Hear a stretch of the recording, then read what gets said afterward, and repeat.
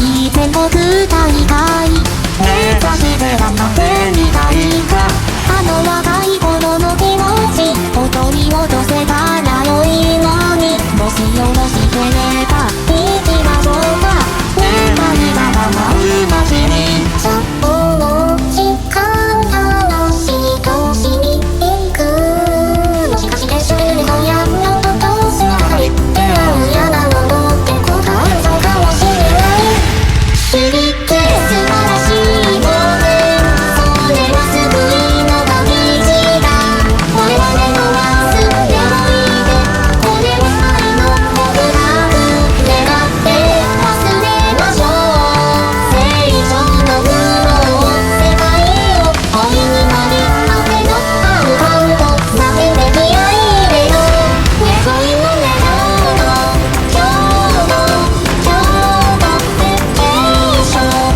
京都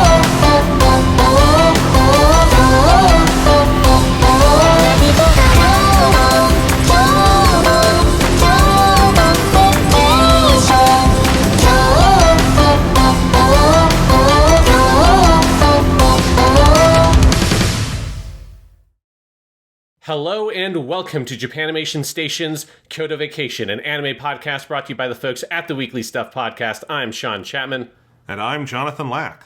And we are here to kick back, relax, and talk about some anime. This week on the show, we are continuing our journey through part one of our Kyoto Vacation, Crying is the Key to Happiness, Key Visual Novels in Adaptation. Last week we did Air, the 2005 adaptation, and this week we're talking about Kanon from 2006 and 2007, a 24-episode adaptation of the original Key visual novel. You know, they kind of adapted Air and Kanon out of order because there's all these different kinds of adaptations, but this is the KyoAni version. Of course, if you watch the 12-episode 2002 version, you'll be very confused by this conversation, so make sure you watch the right Kanon. This is the first time, like with Air, for both of us watching Kanon in my road to having to confront my own history with Clannad, which I'm now staring down the barrel of. But yeah, so Kanon, I fucking really love this show. It is, you know, it's an interesting comparison with Air, I think. It's kind of like my take on where you're seeing both like the maturation of KyoAni's production process for anime, but you're also seeing like this more primordial version of these kinds of visual novels than Air is. But I really liked it. Jonathan, your thoughts? I really hate to be a Debbie Downer. I did not care for this show. Really? No. I think I liked... Should I give the full spiel now, or should I do it later? Yeah, go ahead. Okay. To be clear, it is beautifully animated. It is very well directed. It is extremely well voice acted. There are moments throughout I enjoyed. I like a lot of the characters. I thought the first 6 episodes, which in sort of if you break down the arcs is sort of before you get into anyone's individual storyline, are very good. I think they're very full of life and detail, and I kind of like how fast they move. The show, spoilers for those who don't know how Japanimation Station works, where we spoil everything. Yes. Just to be clear, the first big event you get is the Makoto storyline, which is a very, very clear precursor to what they later did, and I'm speaking here about Key with Air, because it is about a little girl dying slowly. And I will say the show kind of lost me there. It is so heavy. It is so miserablest to me. And it coming early in the show, instead of being the ending and the denouement and the point at which the show delivers its message and leaves you to linger with it, was kind of brutal for me. I think the show then goes into 2 arcs that I don't think are very good at all and are kind of faffing about with much less interesting and fleshed out characters and scenarios that I think take many more episodes to adapt than are needed. And by the time it finally gets back around to the Ayu and Naoki stuff that I think is a bit more interesting, the show has just gotten kind of thin for me. I understand the metaphors of the Pachelbel's canon and the variations on a melody blending together. I get the metaphor that the second Makoto gives to the main character about the tree living through winters and getting its multiple rings. This did not add up to me in the way Air did. Part of that is structural. I think Air does its 3 stories, and really it's one big story and 2 little stories, in such an order that it feels like the show is gradually sharpening, gradually getting more serious, each successive tragedy building and leading to the next one. It never has to make a tonal shift back down into a different register, and so Air moved very smoothly for me. It's also only 12 episodes. This one, by the end, I will be honest, it felt like a series of scenarios through which to be vicariously miserable, and maybe that's just not for me.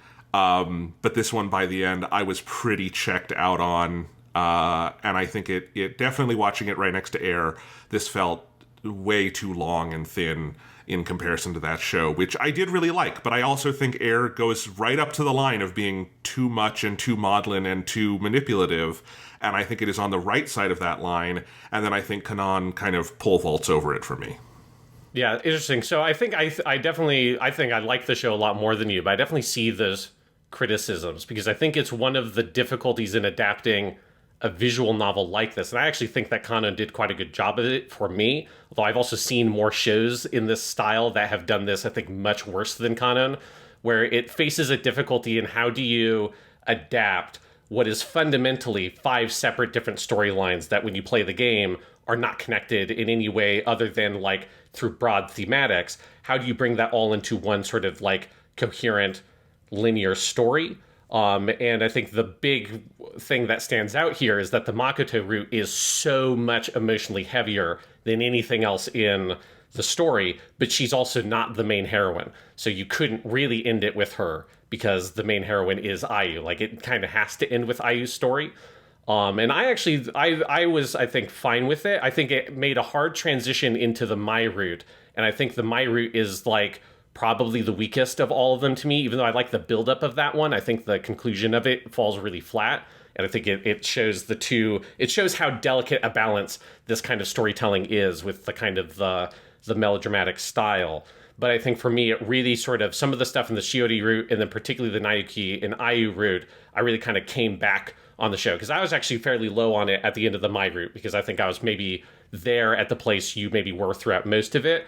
But I think the Naoki and Ayu section really did a lot to me to kind of find the center of what the story was really about. And that's where I think they also make the biggest kind of adaptational choices. I'm saying that as someone who hasn't played the game, but I looked through some like Let's Plays and stuff to try to figure out how are they doing this, because they intertwine those two story routes together. They do some stuff of sort of creating some things like the quote-unquote real Sawatari Makoto is not a character that exists in the visual novel, so they invented that in order to sort of tie things together and bring Makoto's sort of presence and have her be felt through the rest of the story. And I think at that point I kind of came back on and got really into it again. I really like the last 6 to 7 episodes of Kanon a lot, but I do think it kind of lost me for a bit in the middle, and I was just able to just get back onto it, maybe is where we split on this show. And I do like the final episodes. I don't love them. I'm not over the moon. I think they are good. The show never completely won me back. I think it has a just fundamental problem of momentum in that middle part, where I can imagine an adaptation of this that goes from the Makoto stuff into the Ayu and Naoki stuff with a lot more clarity and smoothness, and doesn't have what feels kind of obligatory to me in the middle and very drawn out. With the, especially the Mai route, but even the Shiori one, I was kind of hot and cold on.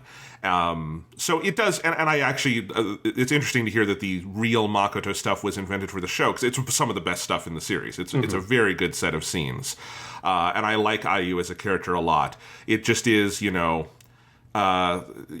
to Paco Bell's canon does not take 24 episodes of TV, and I do think there's a point at which the repetitiveness of the misery weighs down when it gets to the stuff I actually am more emotionally engaged with, and that's some of the issue I had.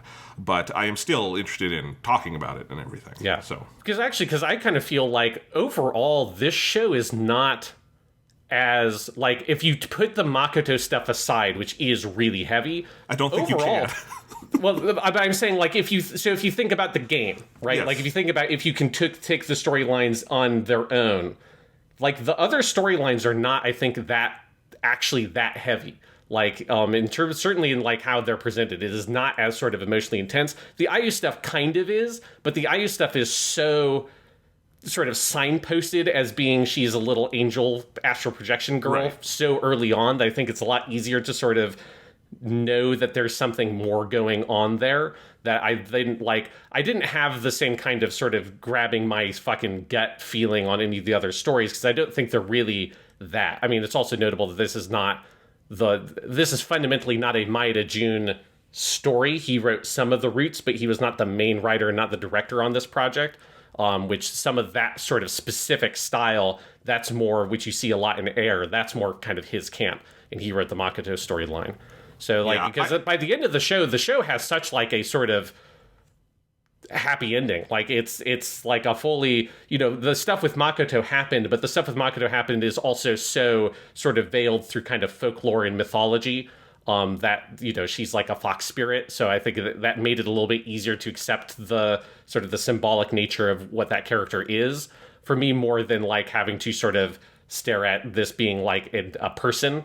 I don't know. But she is a person we spend 2 full episodes watching die slowly in long, languid scenes of Ayu playing with the bells, and like, just, it is heavy. And I think I agree in theory that the other stuff is not as heavy, but I also like everything in here, and I think it's true of Air in a more artistic way. It's all a very elaborate, beautifully done version of kicking a puppy. It is the, like, lowest hanging fruit you can get at. It's an adorable little fox girl who loves this boy so completely, dying slowly for 2 full episodes. And then Sayuri's backstory is about her adorable, developmentally delayed little brother dying slowly. And you have Mai stab herself, and the part of her magic that dies is represented as an adorable little girl. And then Shiori is an adorable little girl dying slowly. And then Ayu falls out of a tree and cracks her head and slowly realizes she can't move her limbs. And it's a lot. And I do think, like, if you take the Makoto thing out, I agree it would be different, but it's a lot to plop in the middle and ask you to go through afterwards. It kind of felt to me like if you did Grave of the Fireflies and then had a slice of life comedy for an hour after that. It's just a lot to do and then kind of kick into other gears. Yeah, so let's go into some of the history stuff to kind of, I think, contextualize some of where this comes from, because I do want to talk about the structure of the show and everything. So with Kanon, right, so one of the weird things, and I think this is one of like the weird things about watching the show, is that you're getting this sort of 2 different sides of it, where you're looking at an earlier version of this kind of story in the game side, but you're looking at a more advanced production from the anime point of view. So Kanon is the original Key visual novel, right? This is the first visual novel that team released, or that team released as Key. Obviously, in 1999 it came out. We know that it sold 300,000 copies by 2007. To put that like number into perspective, because it's like talking numbers for this kind of stuff is always kind of weird because it's hard to get a framework for it. Their previous visual novel, the last one they made when they were called Tactics and worked at Nexton, won Kageyaku Kisetsue. We talked about that a little bit last week on the show. That was considered a success. It had sold about 50,000 copies combined sales between the PC and PS1 version, right? So you're talking like an order of magnitude difference of how well Kanon sold. To another number to put in here, the best I can find, Fate Stay Night, which is one of the best-selling visual novels ever, that had 750,000 copies across its various versions sold sometime probably around 2010 or so. These numbers are hard to get like very definitive on, but that's like the closest number I can find. And it is very rare for a visual novel to break 100,000 copies. Both Air and Clannad are about also 300,000 copies. So all of those Key visual novels sold pretty similarly. So this is within the niche of visual novels. Like, this is a massive, huge breakout hit. One of the best at the time in 1999. One of the best-selling visual novels, maybe the best-selling visual novel at that point.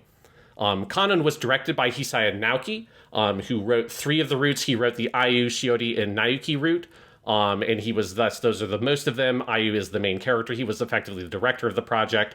After the release of Kanon, Hisaya left Key, and that is what left then for Maeda Jun, who we talked about with Air, to take over as the kind of leader of Key, and then he is also the main person on Clannad. Character design was handled by Hinoe Itaru, like with Air. The music is the same team as Air. It's Orito Shinji is the main composer, and then there are additional tracks that were made by Maeda Jun and Odiake S. In Maeda Jun, he wrote 2 of the routes, and I think the thing that's interesting to me is I think it is the best or most effective and the worst one. It's Makoto and Mai, and they're back to back. And I think you see 2 sides of him as a writer of like, here's it when like all those pieces work and they fall into place and like the gut punch really lands and it's an effective moving story, and one where it's like a little bit leans too much on a little bit too much fantasy, and it's way overstuffs its various revelations and stuff. I find it very interesting that both of those are here, because I think you see both of those different sides of him as a creator, because he can fall on either sides of those lines for me. He obviously goes on to be the main writer for Air in Clannad after Hisai leaves. So Kanon, considering its success, again, 300,000 copies compared to one's 50,000, Kanon is the game that is effectively considered to be the thing that establishes this Nakige genre. Obviously, one has the same basic structure, it's got a lot of those same basic things, but the order of sort of popularity is so different that when you look back at the influence, Kanon is the one that widely spreads this. And then after 1999, when you get into the like early 2000s, there are so many different kinds of games like this. And then there are lots of different anime that are adapting those different kinds of games. It's a very popular genre when you get into the kind of mid 2000s. The structure of Kanon is kind of, the thing you think of when you think about any of these games. Kanon kind of helps sort of solidify this specific structure. So it has a common root, which is just that sort of, hey, let's introduce the protagonist, let's introduce the setting. You'll get a taste of the 5 different heroine characters. During that common route, you make different kind of choices that kind of narrow down which one of those 5 heroines' routes you want to follow, and you follow those to their conclusion. You then load an old save or start back from the beginning and make different choices to go down a different character's route. But one thing that's interesting is, unlike other games like Air and Clannad, Kanon has no true route. It doesn't do anything that's like, oh, you played all of them, so here's like the real ending. That's obviously Air has that with its 2 later sections. Clannad has that. That's what Clannad After Story is. If people are curious about why season 2 of Clannad is called that, it is adapting the quote unquote true route that is unlocked once you do all the other ones. So that is like a linear long story that Clannad has. Kanon doesn't have anything similar. So I think that is one of the difficulties this anime faces, is there's nowhere for them to pin, like, what is the real ending? How do you exactly end this thing and intertwine all the stories? Because the game doesn't do that work for them the way it does for Air and Clannad. So they have to invent a lot of stuff to kind of make that work. Kanon does have one small 6th route, I learned, which is the Sayuri one, and they do adapt that when you get all of her backstory. That's like kind of an optional thing you can learn more about in the game. So Kanon's success led to an all-ages port 6 months after its release in 1999, and it had that Dreamcast port in September 2000. That's where the most of the voice casts come from, other than Sugita as the main character. He was for the anime.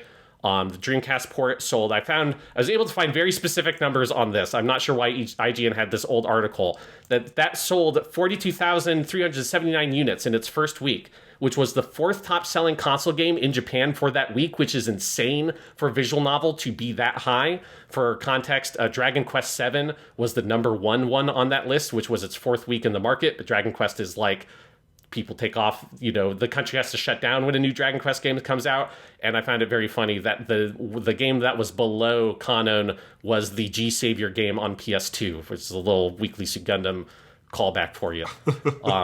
Kanon would get an insane number of ports. It was later ported to PS2, PSP, Japanese cell phones, iOS, Android. It was ported to Blu-ray, which I didn't know was a thing, but apparently you can buy like a Blu-ray of Kanon and just use your like remote to make choices, which that's fascinating. And that exists. That makes sense, depending on how interactive it is. I mean, DVDs used to have little games that are obviously much shorter than something like Kanon, but they would fundamentally rely, if it's just branching, you can do that, and a Blu-ray would have the space for it. That's kind of interesting.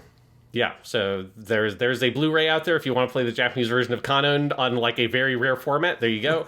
And Kanon did get a Switch port that came out in April this year. So it is on a lot of different devices, but unfortunately there is no official English translation. There are, however, lots of different ones you can get. Yeah? I was raising my hand for those. Yes. You can't see the video, but that's what I was doing. I have a question about, because we didn't really cover this with Air. These have erotic content in their original releases, right? Yes. How does that work when the girls are teenagers and the main ones look like they're 5 years old? IU in this looks like a little tiny kid. It's very uncomfortable. Is it legal? What it is. Like, is it? Yes. Okay. Yes. Japan I'm has just curious. different laws around that than America does. Yes. So yeah, I mean that's just the reality of this market, right? Okay. It is what it is. It's not nice, it's not comfortable, but that's like all the different girls other than Sayuri. So the five main heroines have, from what I understand, one sex scene in each of the different routes. Then the reputation of those sex scenes is very low. So, if you want to play these, play the all ages version.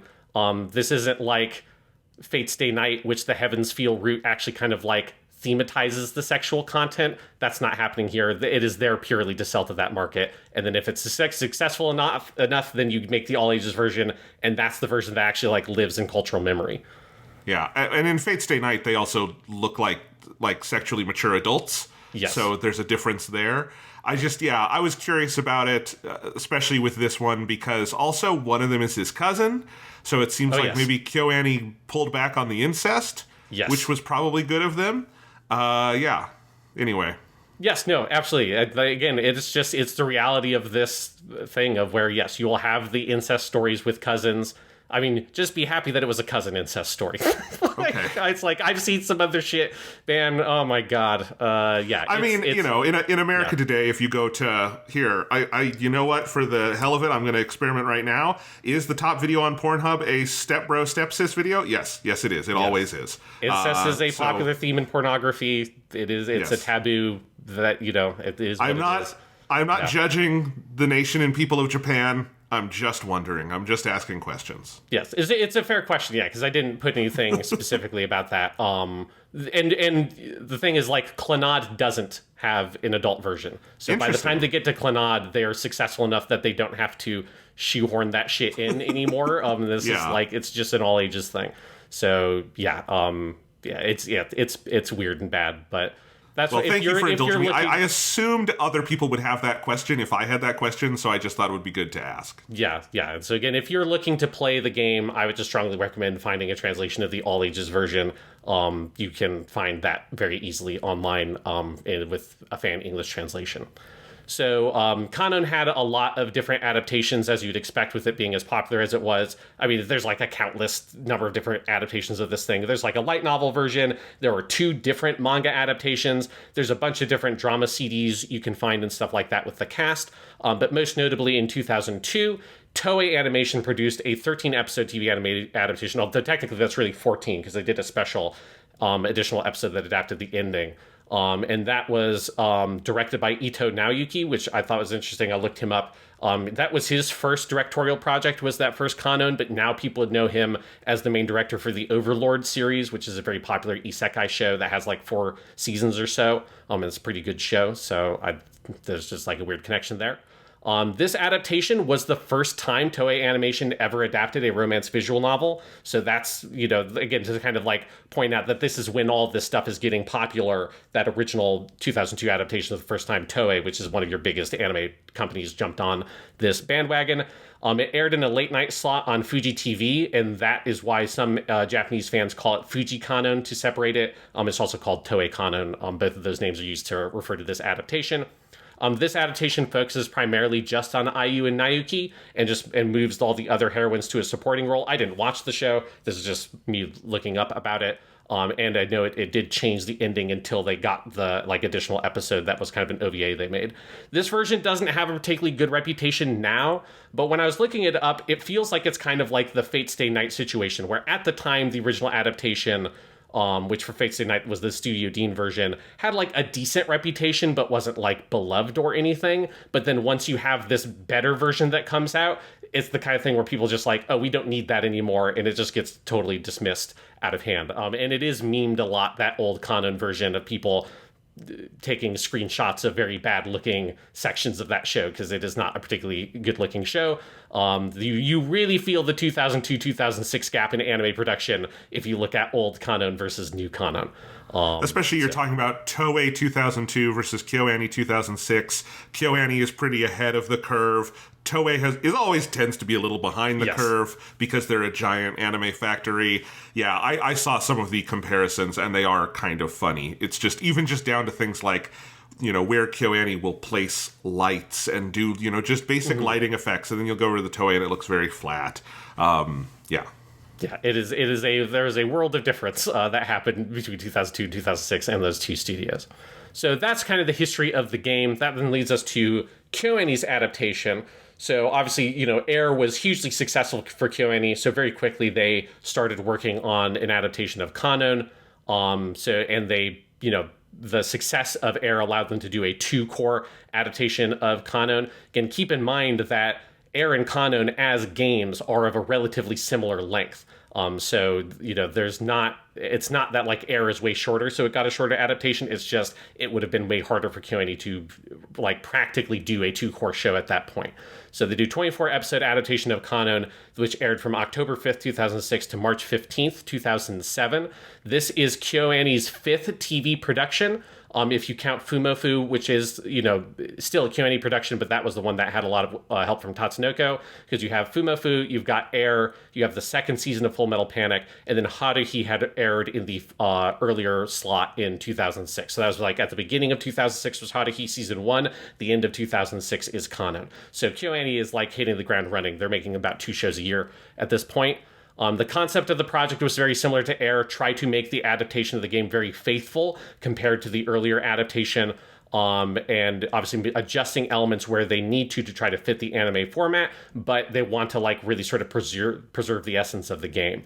KyoAni's anime adapts all of the routes in the game, including the Sayuri route, but it places them, we talked about this a little bit, it places them to a contiguous timeline as opposed to the vaguely parallel timeline of the game where none of those events coincide, right? Everything in the story, this is like crazy if you think about this from Yuichi's perspective. Technically, everything is meant to have happened over the course of January. Obviously, that is impossible. He would have had an absolute, complete mental fucking breakdown if that was real. But it has a very kind of like strange setting and tone to it, so it kind of vibes its way through that. Some elements are adjusted to work for it, and I mentioned this earlier. One thing I was really shocked to find is that that Sawatari Makoto character, the quote-unquote real one upon which the Makoto we know is based, is a character invented for the show, but that contribution was specifically by Maeda Jun, the writer, who he helped come up with some ideas for the show, which he did similarly with Air, so he helped with the production. And so there are some other things. The thing I found said that there were adjustments made to the My storyline. I don't know what exactly those were, but those storylines he helped to kind of come up with ideas since he was the original writer for both of those. The overall setting was updated since the original game was in 1999, so characters have cell phones, like the technology is kind of updated and stuff since it's, there's a big gap in terms of that kind of setting stuff between 1999 and 2006. And this anime was highly successful. The home video release was the 4th best-selling anime of the fall season, which was just behind Death Note, to put that in context, and it was the 6th best-selling anime in 2006 overall, which was a little bit below the Studio Dean Fate Stay Night adaptation. So this was a very popular, very successful show when it came out. In terms of the staff, it's a very similar team as what we talked about with Air. The director is the same, Ishihara Tatsuya. The writer, once again, is Fumihiko Shimo, who, again, wrote every single episode of this, which is just fucking mind-boggling once again. We have a different chief animation director and character designer. This is Ikeda Kazumi. So Ikeda takes over from Aratani Tomoe, which was the woman who later joined Nintendo we talked about last time. Ikeda Kazumi, along with her sister Shoko, who both of them are going to come up over the course of this season of Japanimation Station. Both of them joined KyoAni in 1995 as animators. Kazumi served as an animation director for episodes starting in 1996, and she worked on a bunch of different shows as an individual episode director, including some episodes of Pokemon. But Kanon is the first time that she worked as a character designer and chief animation director, but she is this on several other KyoAni shows. Of the ones we're going to cover, she's just that on Clannad, but some other ones, she's that for Love, Chunibyo, and Other Delusions, which is another popular KyoAni series. She's that on Myriad Color Phantom World. But she's an animator, storyboarder, episode director, stuff like that on, like, everything we're watching, so she contributes to everything. This is just one, like, particularly notable show for her. And then episode directors, I found this pretty interesting. The way that the episode directors worked out was just kind of like a rolling set of episode directors. So you had Sakamoto Kazuya, who directed episodes 1, 7, 13, 19, and 23. He left KyoAni in 2013, and he's actually, people might know there was a big crossover anime made in 2021, and there's a second season 2022 called Kaginado that has a bunch of the different characters from different key series crossing over these little anime shorts. He's the main director on those, which I thought was an interesting connection. You have Ishidate Taichi was one of the directors for the show. He's the director of Violet Evergarden. He did episodes 2, 8, 14, and 20. Then had Noriyuki Kitanohara, who was one of the directors also on air, and he's still at KyoAni. He directed episodes 3, 19, 15, and 21. Yoshiki Shinobu, who was a big director on Haruhi and Lucky Star. He left KyoAni in 2008 to 2009 when Yamamoto Yutaka, who's the asshole, got fired on Lucky Star. He left when that guy got fired because maybe they were friends, I don't know. He also worked on a bunch of Super Peacebuster stuff, which I thought was interesting. He was director on episodes 4, 10, 16, 22. Yamamoto Yutaka, the aforementioned asshole who was fired from KyoAni, about 6 months after this show ended, he directed 2 episodes, 5 and 11, because I believe after that first core, he would have started pre-production work on the first 4 episodes of Lucky Star until he was removed from that show. So that's why he only did 2. Takamoto Yasuhiro, who's one of our other major directors, he did episodes 6, 12, 18, and 24. And then the person who took over one of what would have been Yamamoto Yutaka's director slots was Tako Noriko. This is her first director job. And she worked on an episode that was storyboarded by Kigami Yoshiji, episode 17. So I suspect that was kind of an understudy thing of like, here's like one of our most experienced people will storyboard this episode. This is your first time directing one, so we'll just give you one episode on the show. She did a bunch of episodes on some of the other series. I thought this is, she left KyoAni in 2011 after working on Kanon Season 2, and she's one of the main directors for the like immensely popular Idol Master series in Japan. So that's what she went on to do. So if you look at those, the order I went through in those directors, that's like the order that it went, where Sakamoto would direct an episode, then Ishidate, Noriyuki, Yoshioka, Yamamoto, Takimoto, and then it would go back down the list, and that's kind of, they just rotated through that way to direct the episodes. All the episodes were storyboarded by the episode's directors other than episode 1 and 24. So the first and last were storyboarded by Ishihara Tatsuya, the series director. Then episodes 10, which was the last Makoto episode, that one is storyboarded by Kigami. And episode 17, like I said before, that's the second to last Shiori episode. That one was also storyboarded by Kigami. So he didn't direct any of the episodes, but he did do storyboards on 2 of them. Interesting. So, yeah, and it's kind of funny when you note who has left KyoAni, and it's like everyone who leaves KyoAni then goes on to do something enormous. Yes. Not that most people don't leave KyoAni, as we have learned, but the ones who do, I like that you always have a note. And then they went on to do this super popular thing. Yes. It's very fun to go through the episode directors because it's just, you're constantly running into like, oh my god, this is the person who directed like 5 of the Idolmaster TV shows and 3 of the movies. It's like, that's a hell of a fucking career, even ignoring all the KyoAni stuff that they worked on. Yeah. Yeah, and it definitely seems like KyoAni has a very clear philosophy of people who do episodic directing work will eventually go on to some kind of even bigger leadership role, which is not always how it works. And that's interesting because, as you say, several of these people would go on to direct full KyoAni shows. Yes. Or shows outside of KyoAni. Yeah, so that's kind of the history section here. And I guess one thing, maybe before we go into talking about the individual story arcs, which I think would make sense as a way to kind of break down the show, there's some stuff that I think would be fun to talk about just generally in terms of the production. There's something really fascinating to me about watching Kanon as this, like, it is a more basic story than Air to me. Like, Air is a much more kind of interesting fundamental story, I think, coming from the game being a sequel. I think Maeda Jun is just a better writer than Hisaya Naoki. I think that bears out by like their overall careers. Hisaya hasn't done a lot of note after he left Key. And so Maeda Jun being the lead on Air, I think gives it a much kind of stronger fundamental storytelling identity that is much more consistent. Whereas Kanon is kind of feels like it's split. It's weird to me in Kanon that you have 3 of the roots have a lot of supernatural elements. 2 of them have no supernatural elements at all. Feels like really strange to me. Like Shiori's root, which I like fine. I like that character, but her root like sticks out like a sore thumb because she had never knew Yuichi before in the past. She's the only character that doesn't have a pre-existing relationship with him, and she has no supernatural elements associated with her at all. It's very weird. So there's like, I think Kanon as a fundamental thing coming from the game feels like it's still sort of fully figuring out how do you put these pieces together. The fact that it doesn't have like a true ending or anything like more cumulative that it's building up to also feels like a little weird. I mean, it's normal for a visual novel in 1999. It's weird for a visual novel by the time you get to 2006. You wouldn't really expect a game like this to not have a bigger cumulative story. But on the other side, you have the KyoAni production, where there's a lot of stuff I like about how raw the Air production feels, because it's earlier. It's them figuring out how do you do the independent stuff. There's a very raw quality to Air of like how hard you feel the director switch episode to episode in Air is very distinctive, whereas Kanon is much more normalized. And so there's some things I kind of miss from that production style of Air, but I think it's kind of undeniable that Kanon is a more like kind of consistent overall level of production. I think the vision of the show from Ishihara Tatsuya as the series director feels more kind of consistent and thorough, which I think helps the kind of visual style be more consistent from episode to episode, even when you have a lot of different, like, very strong directors working on individual episodes. It all feels like they're working on, like, from the same sort of base style, and stuff like that. And I just think there's something weird about this.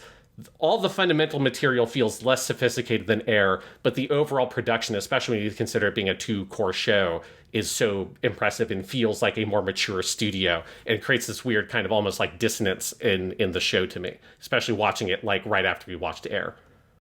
I agree with that, but I actually think I really did miss, I think, the variety of Air here. I think this show being twice as long and more sort of standardized in how it moves from episode to episode definitely made this one feel quite a bit slower to me. And slow doesn't necessarily mean bad, but like part of what I think is so dynamic about Air is that it is effectively a different thing in every episode.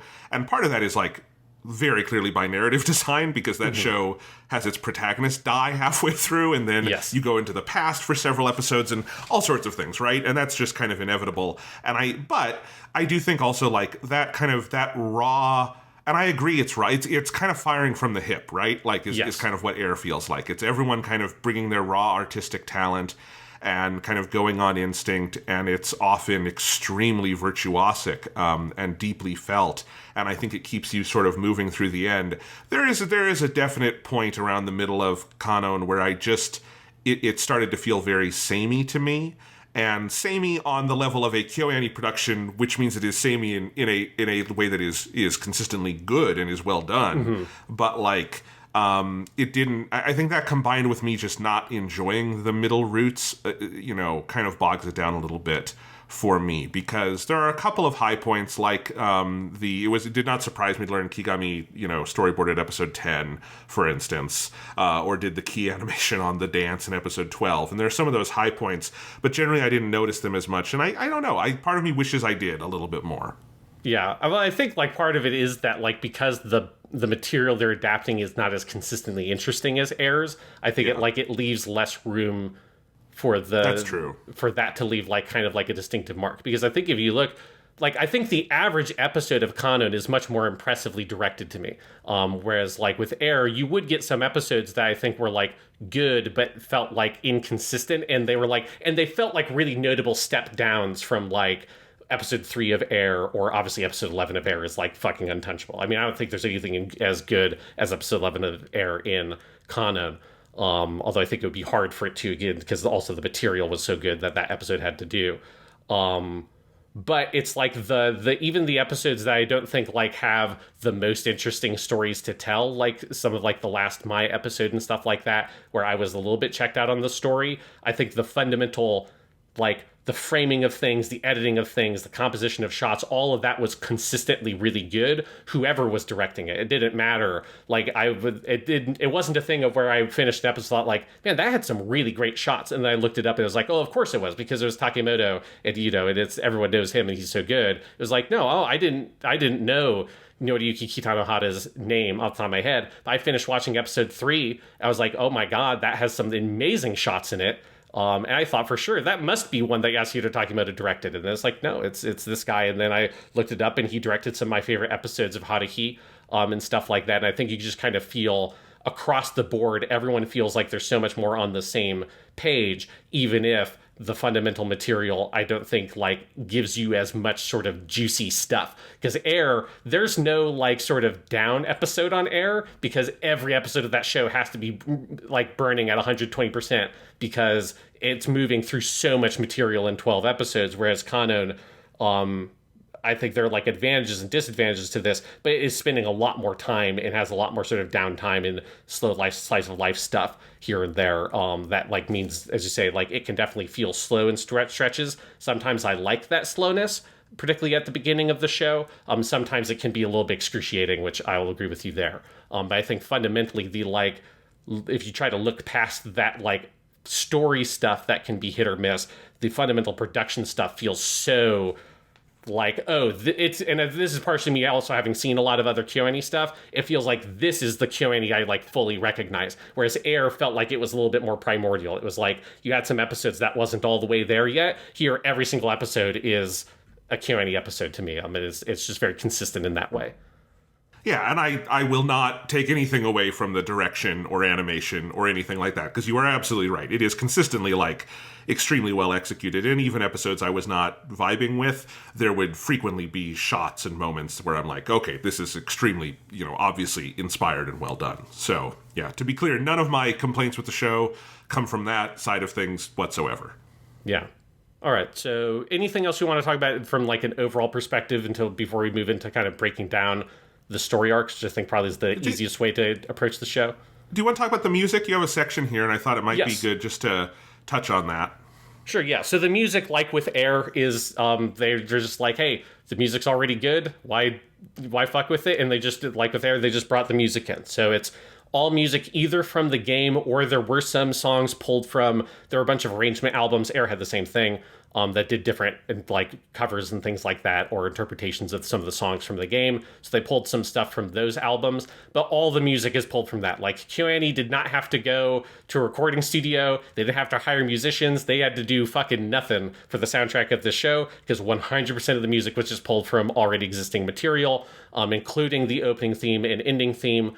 Last Regrets, the opening theme, sung by Ayana, this one composed by Maeda Jun. The ending theme, Kaze no Tadori Tsukubasho, or The Place Where the Wind Arrives, also sung by Ayana, composed by Shinji Orito. And there's something I find fascinating about how with Air, it's flipped. So with Air, you have like the kind of up-tempo trancey song is the opening theme, which was composed by Shinji Orito, and the slower piano sad song is the ending theme, and that one's composed by Maeda Jun. And here, the opening theme is the sad piano Maeda Jun song. The ending theme is the up-tempo trancey song composed by Shinji Orito, which for a long stretch of the show, I was kind of confused about why they went for such a happy-sounding ending theme for what is such a brutal show. But I will say I found the payoff for that ending theme at the end of the last episode was extremely effective to me in terms of where they go with that in this like kind of long con they play with that ending theme. Yes. But there are definitely some episodes where you're like, this is a very happy theme for a show where I just saw a lady stab herself with a sword. It is. It definitely has a little bit of you're watching Zeta Gundam and everyone's dead, Yes. and then it goes, "Oh, I can't help believing you," and you're like, Yes. "Oh wow!"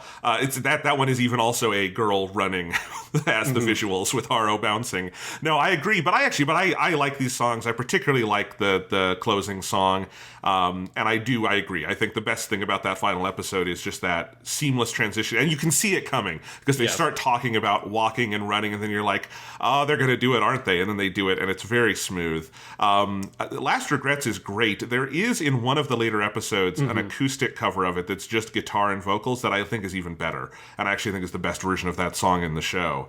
So I like those songs. I think the soundtrack is great. It's clearly the same quality of music as Air. I do think at 24 episodes you can feel more that this is a video game soundtrack used on a TV show. Not to the degree where I would say KyoAni made the wrong decision. Again, if the music is this good and you can save that much money just using it and put that back into the animation or whatever, do it. There are moments where you can feel this is a video game track, and I've heard it many, many times at this point, and you can tell it is not written for TV, but that doesn't necessarily mean it's bad or anything. It's, again, if it's this good, go ahead.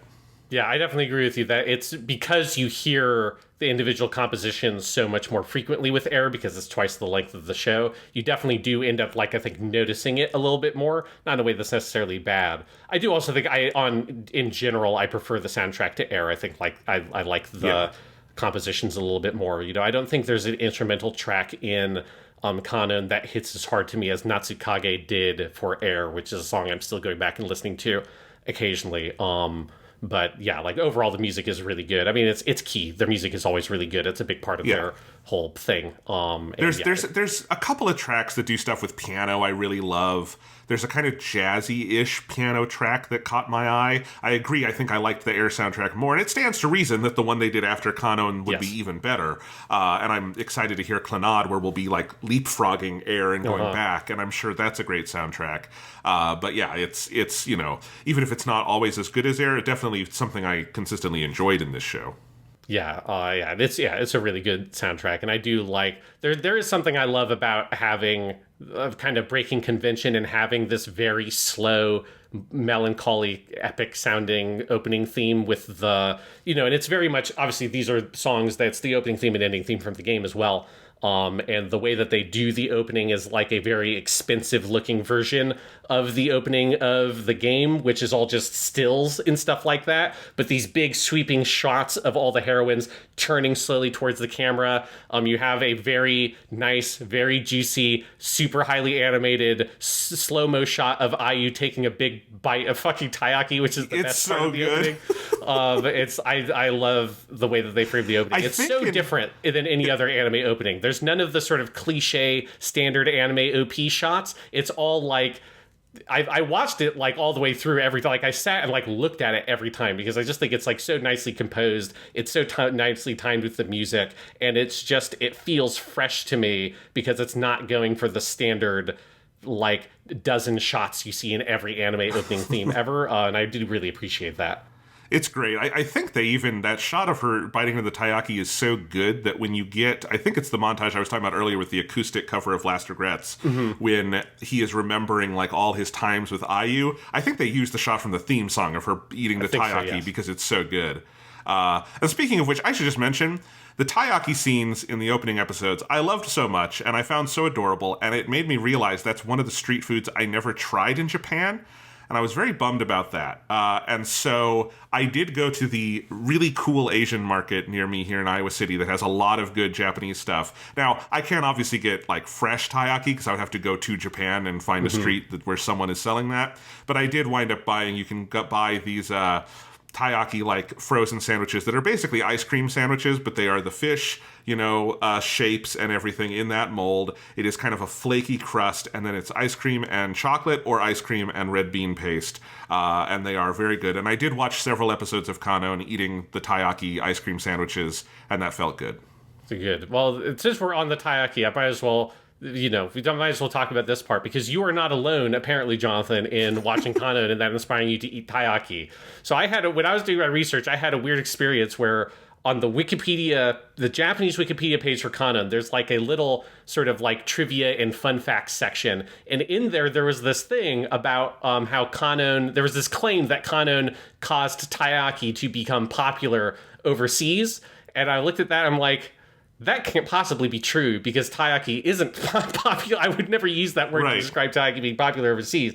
But this came from, there was in 2016 a sort of segment done on this Japanese, I guess I'd call it a news show. I'm not sure how to frame it. I mean, it's played for comedy. It's kind of like a comedy investigative report. But they did this investigative report where there's this guy who runs a cooking utensils shop who had, for several years at that point, was getting about 50 to 60 orders from people living in America and some in like South America, emailing him trying to order and import cooking devices to make taiyaki that are like a taiyaki version of like a waffle iron or something, like a press. Yeah, you can get them on Amazon now. There's a bunch of these things, yeah. Yeah, so he was getting all these orders from people wanting to import them, and so there was this investigative, quote-unquote investigative report done on this Japanese TV show, and the conclusion they came to was that it was Kanon had inspired a lot of people to, when they were watching the show, they wanted to get taiyaki. So they flew this team. You can find this clip on YouTube if you go for it. It doesn't have English subtitles, but it's still funny, I think, even if you don't do it. It's about 5 minutes long. It's in terrible 2040p,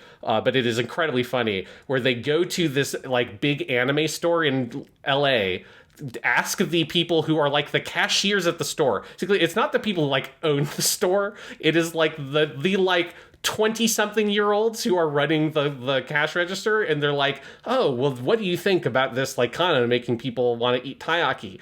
And there's this hilarious part where they take out a little portable DVD player thing with a flip-up screen, play a DVD of Kanon, and start with the anime opening, and then this like deep-voiced, like very like sort of like intense male narrator starts describing what Kanon is, and he's like, Kanon is a popular anime series from 2006 made by Kyoto Animation, blah blah blah blah blah blah. And then he eventually says, and within that anime you can find, and when he says that, it cuts to the shot from the opening of IU taking the big slow-mo bite of taiyaki, and when I saw that, I completely lost my shit.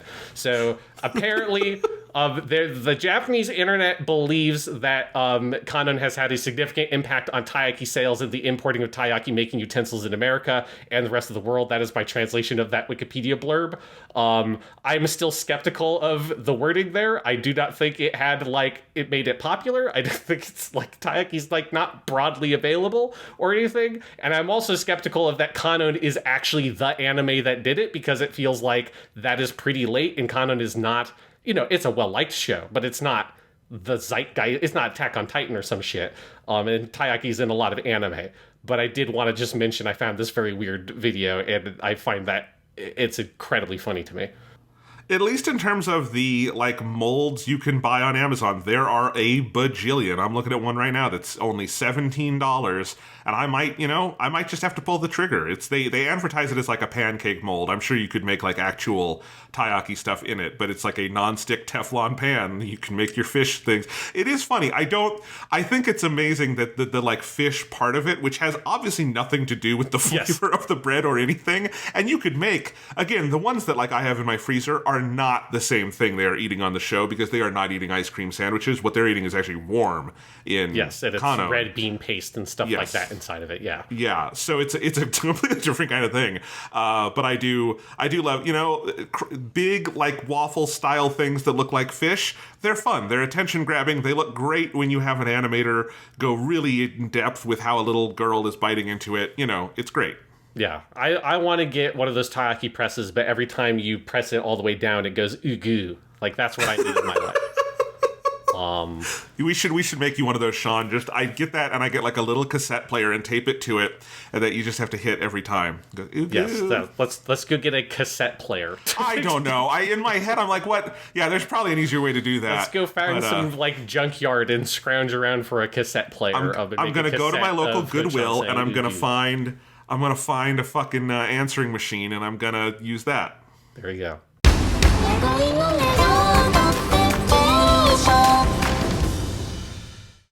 Thanks for listening to Japanimation Station. If you're enjoying the show, please remember to like and subscribe, leave a review on Apple Podcasts or Spotify, and tell your friends. You can support the show directly on Ko-fi at the link in the description, and remember to check out the Weekly Stuff podcast, our long-running series on movies and video games on all platforms.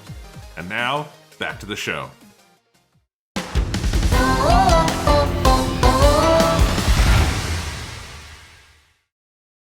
All right, with all that being said, let's dig into this anime. So let's start with, I think it's just easiest to go through the route, the different routes. So the common route, I have this about episodes 1 to 6. I think episode 6 is kind of transition episode into the Makoto route, but generally speaking, it's about episodes 1 to 6. And this is where you're getting all the kind of place setting. I do find it very funny how if you've played these games, you can so tell that this is a world where Aizawa Yuichi, the main character, has used hacks or something, because he's able to make multiple choices in the same scenario, because there are multiple scenes where it's he goes and has it meets up with Naoki in the cafeteria and has a chat, and then he goes eats lunch with Mai in the stairwell, and then he goes outside and talks to Shiori, and it's very blatantly must be oh, you had these 3 different choices of the game, and he makes all 3 choices. So Aizawa is a very busy bee in the common route, but this is where you just get your place setting, and it's a lot more of the kind of slice of life comedy stuff, unhindered from the intense emotional despair you will feel later in the show. And in general, I really, while it is a bit slow, and I know that some people don't like the slower parts of these kinds of shows, I do really like this kind of common route. I like how it sets up all the characters, and I consistently find this show quite funny, and that's particularly here when you don't have any other emotional baggage to it. I think the comedy for me really lands in this section. Yeah, no, I love the first 6. I think they're great. They're the part of the show I like the most. I think it's like so full of life. I think it being all the characters paralleled just means that I think slow is not the word I would use at all. It's like very fast because, you have Yuichi constantly bouncing between nothing but sort of like interesting characters. And some of those characters I think will become less interesting when they become the focus, like Mai, but in the short bits we're getting here and just kind of bouncing around, I like seeing everybody's quirks. I think a lot of the interactions, and this continues throughout, are very warm and funny and multifaceted. I like all the way they juggle the interlocking relationships. It's a very good, like, kind of window into someone's reality through animation. And I definitely, once the trauma, I have a note. It says, watching episode 8, the trauma sadness hasn't fully set in yet, but I can feel it creeping in. And that terrifies me, both because of the lingering trauma of Air and the desperation with which I love this world they created and do not want to let any part of it go. So that is Jonathan, as a glimpse of Jonathan's notes before the trauma set in.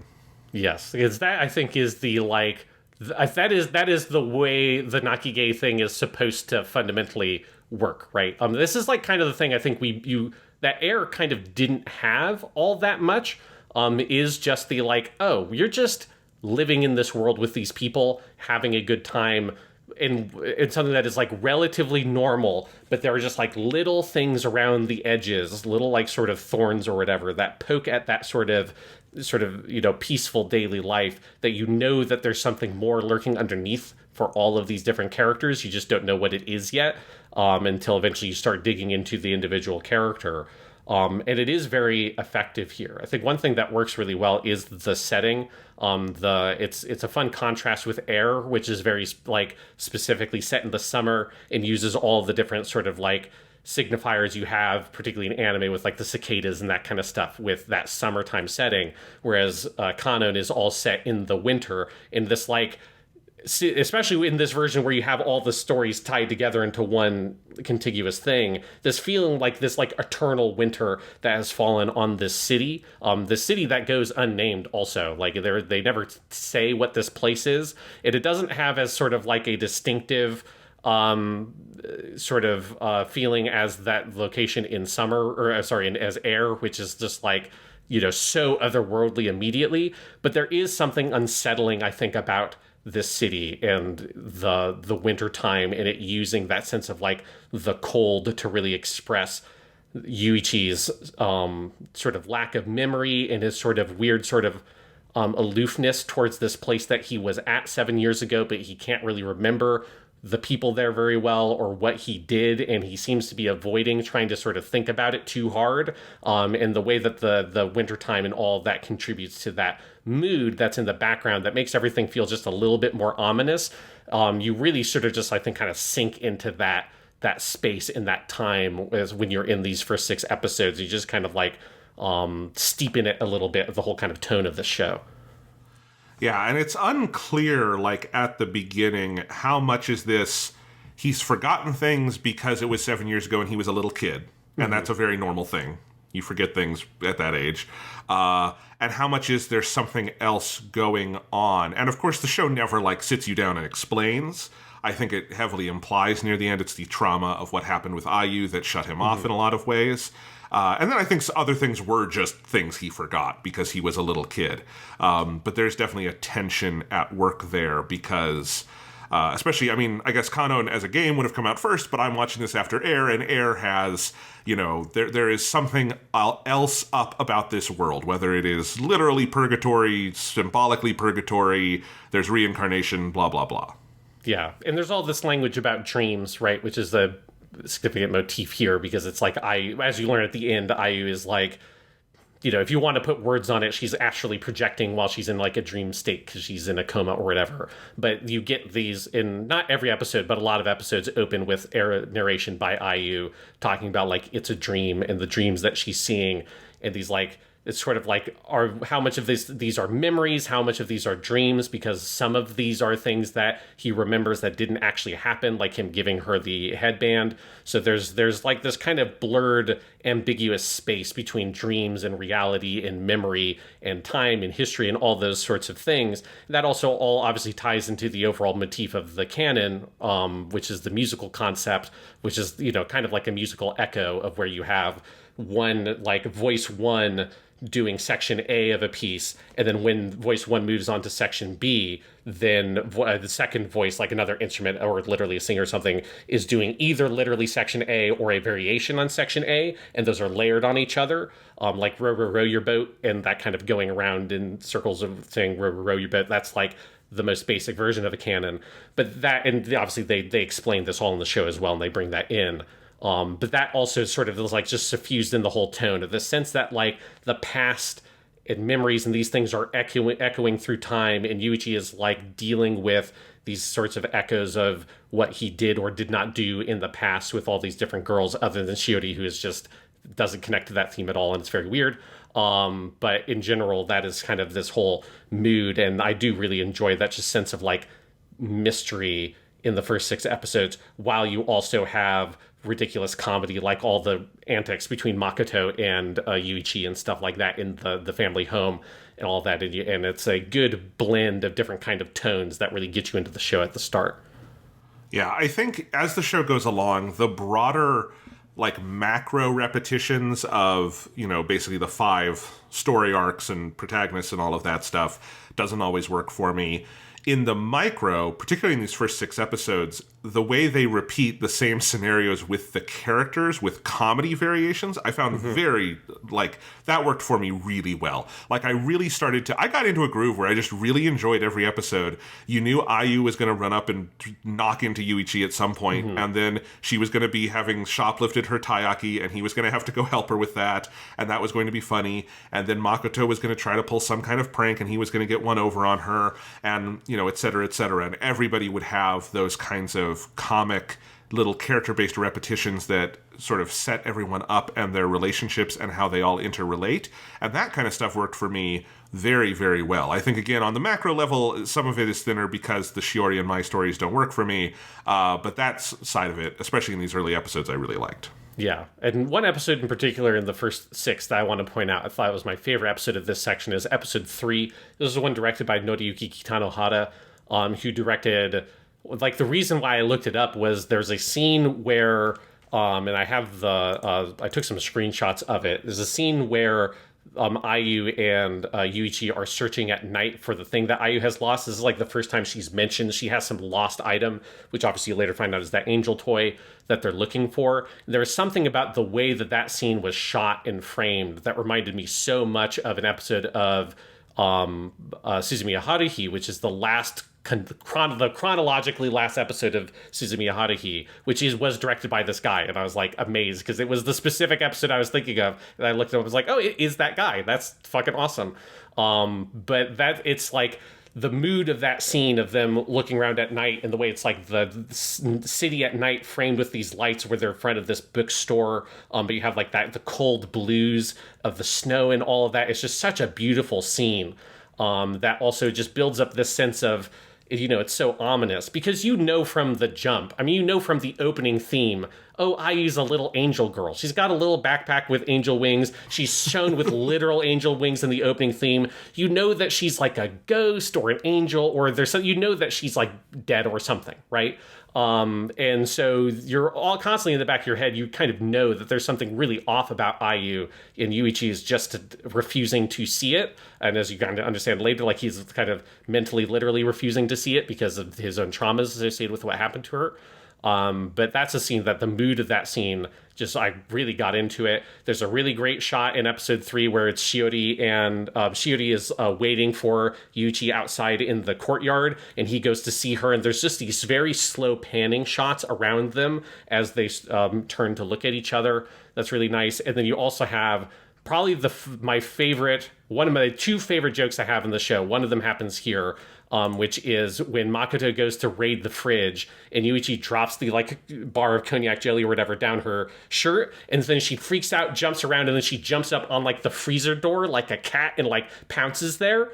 And it's such a great piece of animation, and the comic timing of it all is incredibly funny. My other favorite joke is in a later episode when Makoto fills the bathtub full of miso soup and Yuji goes and sees it, and when he just screams Makoto, and the voice actor Sugita's voice just completely breaks in this way that is incredibly funny. But yeah, episode 3 is like, for me, that was the goods, because that's also the episode that ends with the shot of Mai in the school with the sword before you know what the fuck any of that shit is, and you're like, what the fuck? Why is there like it's very weird. There's nothing in Air or Clannad that is anything even close to this weird girl in the school at night with a sword. And I was, and I don't think the My story ever like kind of pays off some of this stuff in a way that felt really great to me.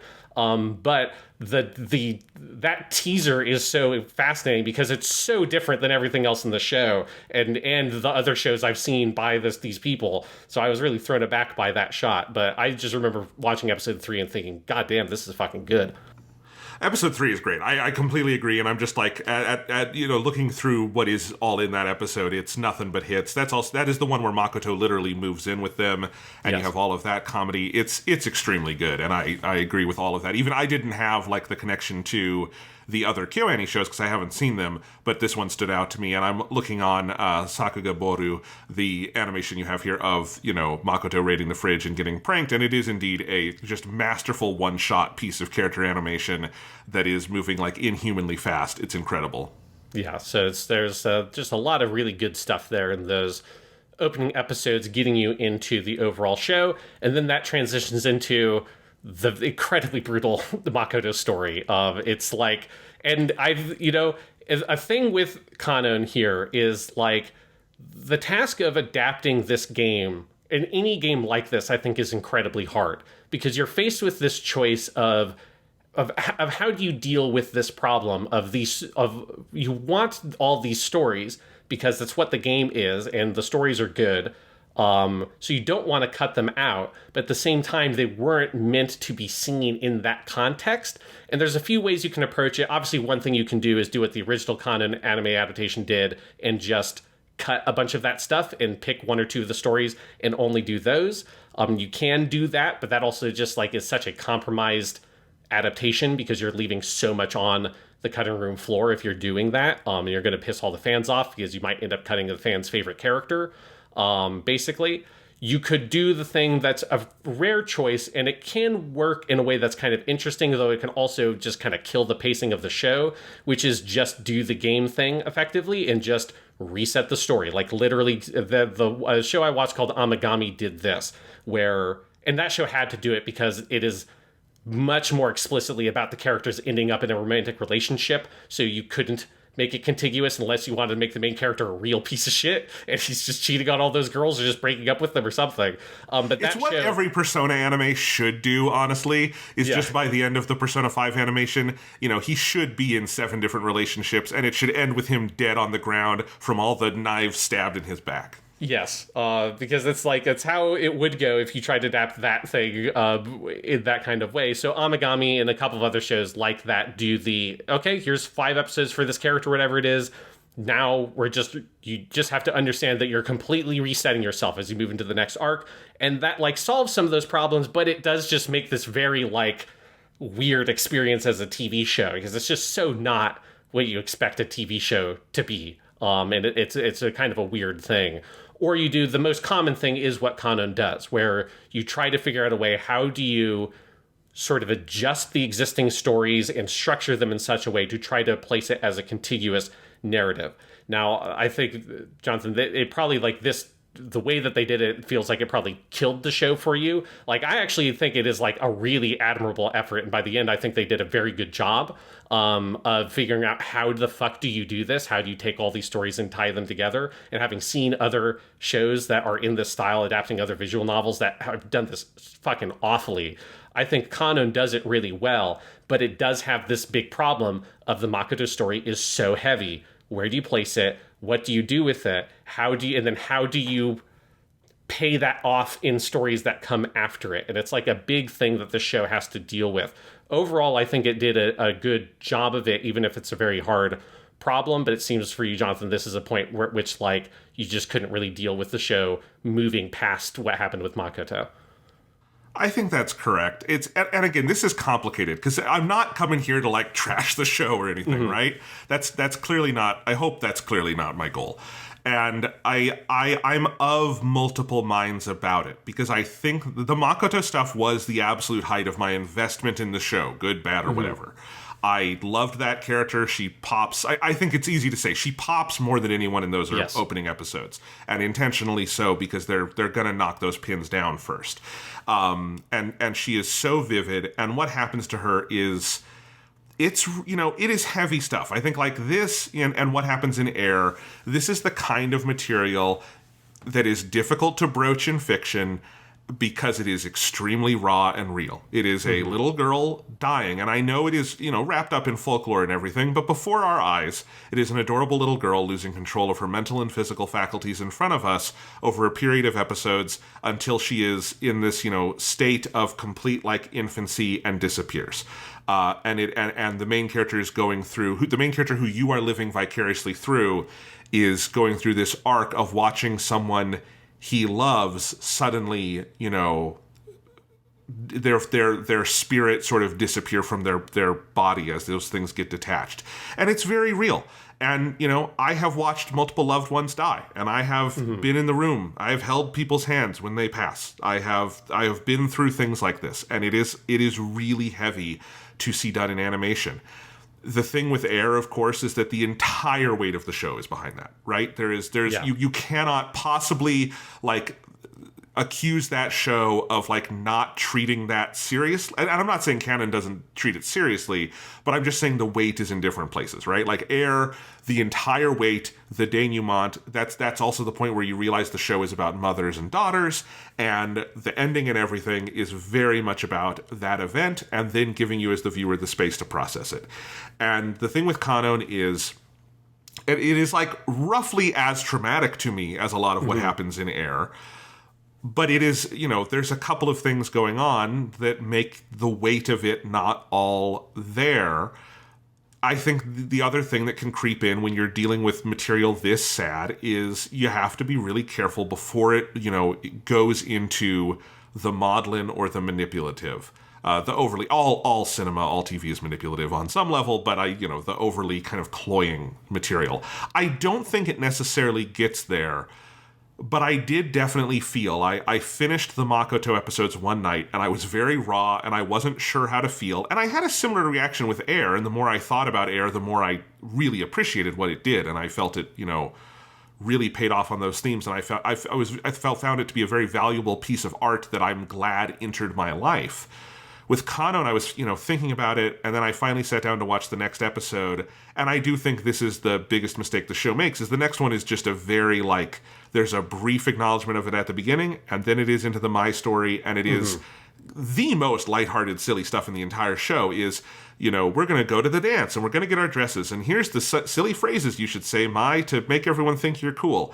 And I will be honest, if we did not have a podcast for this, that's where I would have checked out. And I would have said, I got what was valuable of me out of this, but I can't, especially knowing that they're going to build up to other emotional climaxes. And while it is correct, none of them are as brutal as what happens with Makoto, it does broach similar material again. Within a couple of episodes, you have Sayuri's backstory about her little brother that is definitely from that same flavor of storytelling.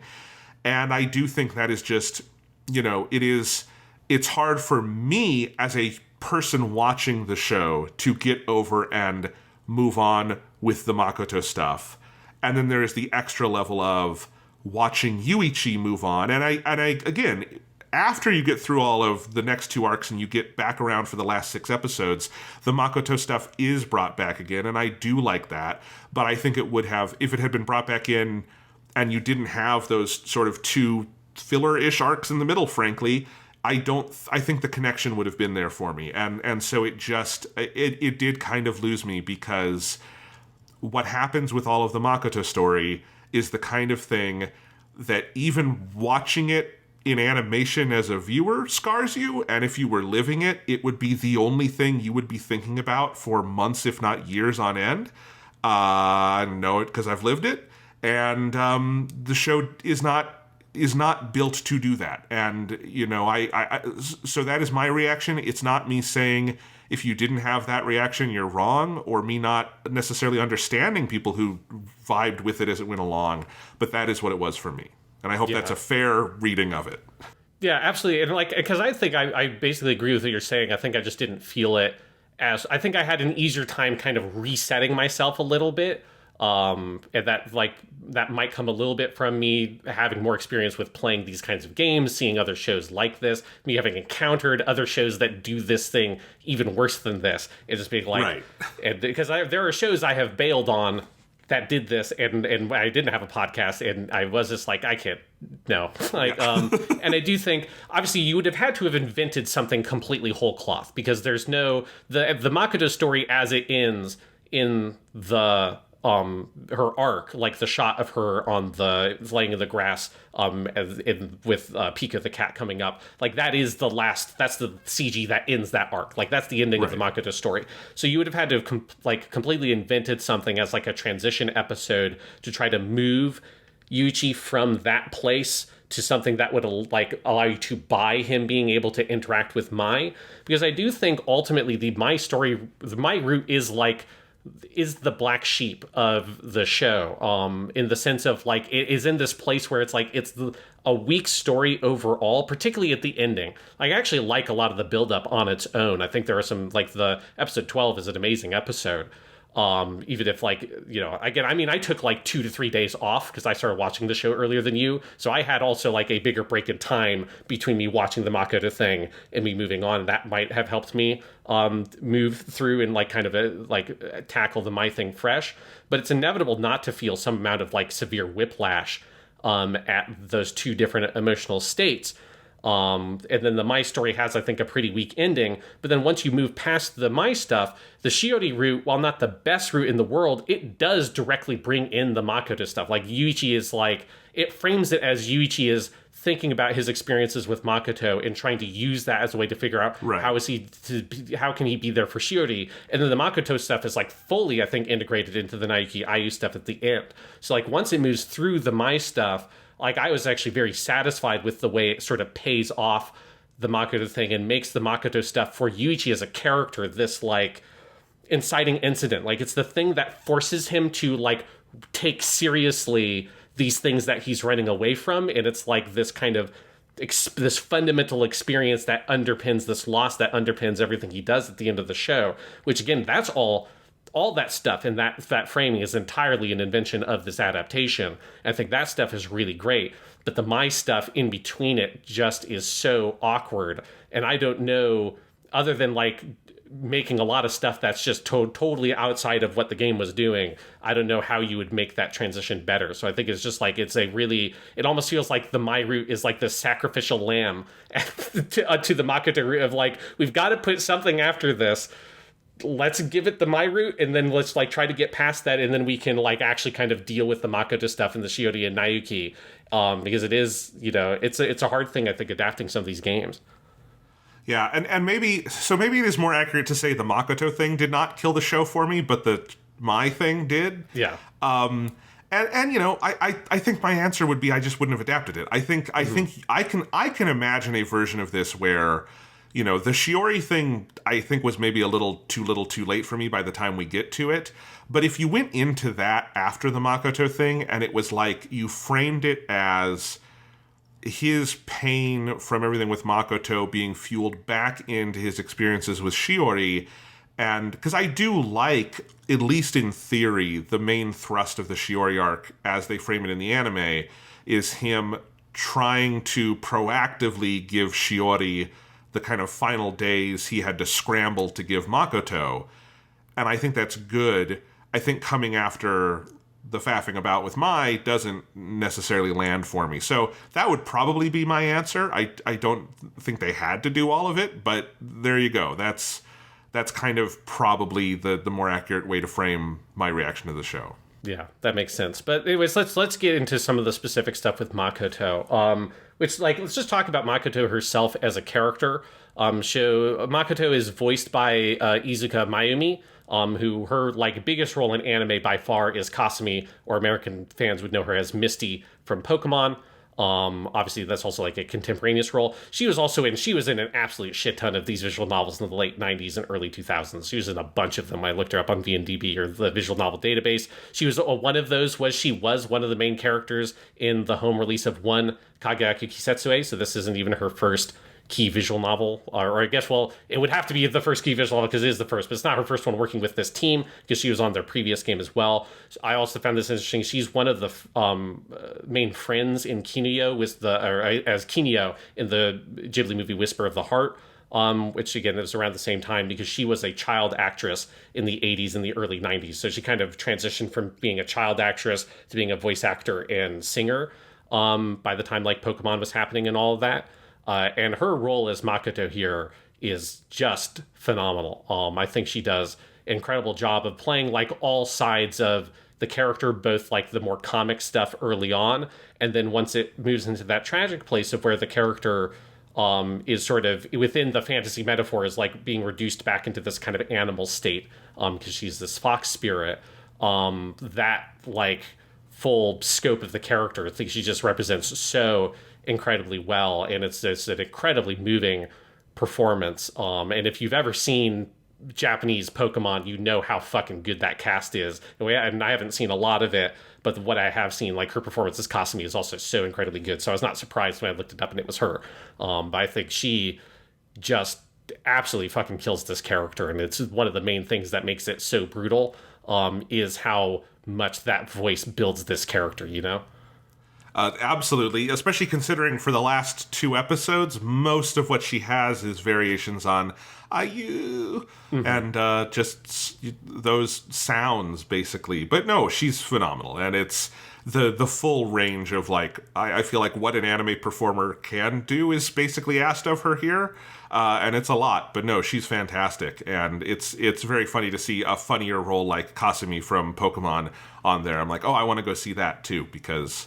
Yes. You're right. I feel like every time I learn about someone in the Pokemon anime, I'm like, oh, that's a giant of the anime industry in this role on this, long-running anime. It's amazing. Yeah, no. And I guess one thing to talk about with Makoto is like, because I think this is something I just felt very strongly watching it. I think she is like one of the best like usages of the tsundere archetype I've maybe ever seen. And obviously yes. Kasumi is basically that in Pokemon as well. She's a tsundere for Satoshi/Ash. And this is where like maybe I don't want to do the full Moe talk. I think I'm going to save that for when we get to maybe like how to hear something, because I don't want to bog all this stuff down with that. But one thing I do want to bring in, because I think you feel it really strongly with a bunch of the characters in Kanon, like Makoto, is this concept of gap Moe. If people are not familiar with this, I think it's an interesting and useful way to frame some of the way these characters are written. Moe, right, is just like basically a character having like this really sort of extraordinary appeal, whether that's like, we obviously usually frame it as being like cuteness. It doesn't literally have to be cuteness, but it's a character having this sort of certain je ne sais quoi that makes you as an audience member feel really powerfully for them and, want to buy figures of them and put up posters and shit like that, right? Like a character you feel that kind of extreme level of affection and appeal for. And one of the sort of techniques within the anime world, and some of it comes from these kinds of games, a lot of it also comes from stuff like EVA, is this concept of gap moe, where you create a character gap. Like literally, they just use the English word gap. And this refers to building something in the character where what the character appears to be on the outside and what they actually are, there's a gap. There's a difference there that creates a friction, that creates an amount of appeal for the character. And the tsundere archetype is like the most classic example of this, right? The tsundere is a character who outwardly is very sort of mean and sort of puts down the main character usually, or it's like very kind of thorny, prickly, and aggressive towards the main character, and acts like they hate them. Like literally, Makoto in her introduction, the first thing she says is like, "I hate you." As they set her that character up very clearly for what she's supposed to be. But all of that sort of like very thorny exterior hides a really like sort of a strong affection and love for the main character, and there's this soft, sweet inner side to the tsundere archetype. And so the concept of gap moe is looking at a character and saying that this gap, this difference between these two different sides of the character, these contradictions, create this appeal, and the friction between those elements create this appeal. And by the time you get to 1999, gap moe is like a thing that is like is an objective tool that these artists are using, right? All these terms originally come from fans just describing these kinds of archetypes. By the time you get to 1999, you're post-Eva, you're in a world that has Asuka, who's like the other poster child for tsundere. These artists are like thinking specifically about how do you build these archetypes and use these character gaps. And you see this kind of character gap philosophy all over the place. In all of the most of like I think IU is maybe the one that doesn't have it as distinctly, but all of them have these gaps between what they seem to be and then what they really are. And I think it's one of the things that makes the characters really appealing, and particularly Makoto. I think they just really nail that tsundere, that je ne sais quoi, that certain thing of the tsundere character archetype that makes them really appealing. The sense of like the fun of the pranks and all that kind of stuff in her outwardly aggressive exterior, but you know that underneath that she just wants to be loved. Like that's such a powerful, attractive character archetype, and they pull it off so effectively. Absolutely, yeah. It's like, to me, the great character creation of this show. I would put, IU is definitely up there as well. But like, this is the one that just pops so hard because it is so comically antagonistic. Like that's part of it that's fun, is when you can take the tsundere thing and really like make hay out of it for comedy. I think is, this is some of the better parts with Asuka and Eva are able to do this, right? Some of the worst parts with Asuka and Eva involve weird sexual assault. Does not happen here, thankfully. That would be sad. People know what I'm talking about if you've seen End of Evangelion. Anyway, but yeah, all that stuff with Makoto is great, and I like how good they are at communicating through that humor, though, also that like the pranking and the fighting is the courtship, it is the fun, it is the getting to know each other, it is the way they are being friends eventually. Like there doesn't really come a point where she like turns to him and goes, "I don't actually hate you, I'm your friend," etc., etc. It's just, it gradually falls away. And of course, I think the reveal and the folklore thing of it, of her being a fox that he took care of and abandoned out of like good intentions. He wasn't being intentionally cruel, but he was a kid who didn't quite know how to. It did strike me, this and Mai being back to back, a lot of Kanon would not have happened if he were better at saying goodbye to people as a kid. But well, I think he was going to be better at saying goodbye, and then his best friend fell off of a tree and he was traumatized for life, and he slapped the little snow rabbit out of his cousin's hands. That is fair. That is absolutely fair. It's a traumatic experience, but in any case, and that the hatred is really this feeling of abandonment, and her lashing out is that feeling of abandonment. And I like the sort of the animalistic side of that too, because of course another thing this makes you think of, if you like me are watching this show with a dog on the couch with you, is it is like a pet, and it is if your pet loves you, but if you left it alone for too long and you come back, it'll, it's not going to like attack you violently, but it'll play some pranks. It'll have torn the trash all over the apartment, right? That sort of thing. And there is that. That's also part of what makes it so goddamn brutal to sit through if you happen to have a dog in your lap while it is happening, because it obviously is meant to make you think of that. Yes, because it is. It is pulling from a very long tradition in Japanese folklore of this specific archetype, where this comes from, as far as I can tell, the first folklore story that did this is a story called Tsuru no Ongaishi, or Crane's Return of a Favor, which is, or the Crane Wife is another like variation on it. And there are like a billion variations on it, one of the big ones also being where it's a fox instead of a crane. But this is a story where basically a man who is sort of, I think he's generally like depicted as being fairly impoverished. He helps save this crane, and then the next day a woman shows up at his doorstep and tells him that she loves him and wants to be his wife. And he says that he's poor, but as the Wikipedia article says here, he's not wealthy enough to support them, but she has the bag of rice that will fill their stomach. And then as the relationship goes on, in order to get money, the wife says, hey, I'm going to lock myself in this room for a week. You cannot see, do not look in here. And when I come out, I will have something we can sell that will make us money. And a week later, she comes out with this beautiful, big piece of cloth.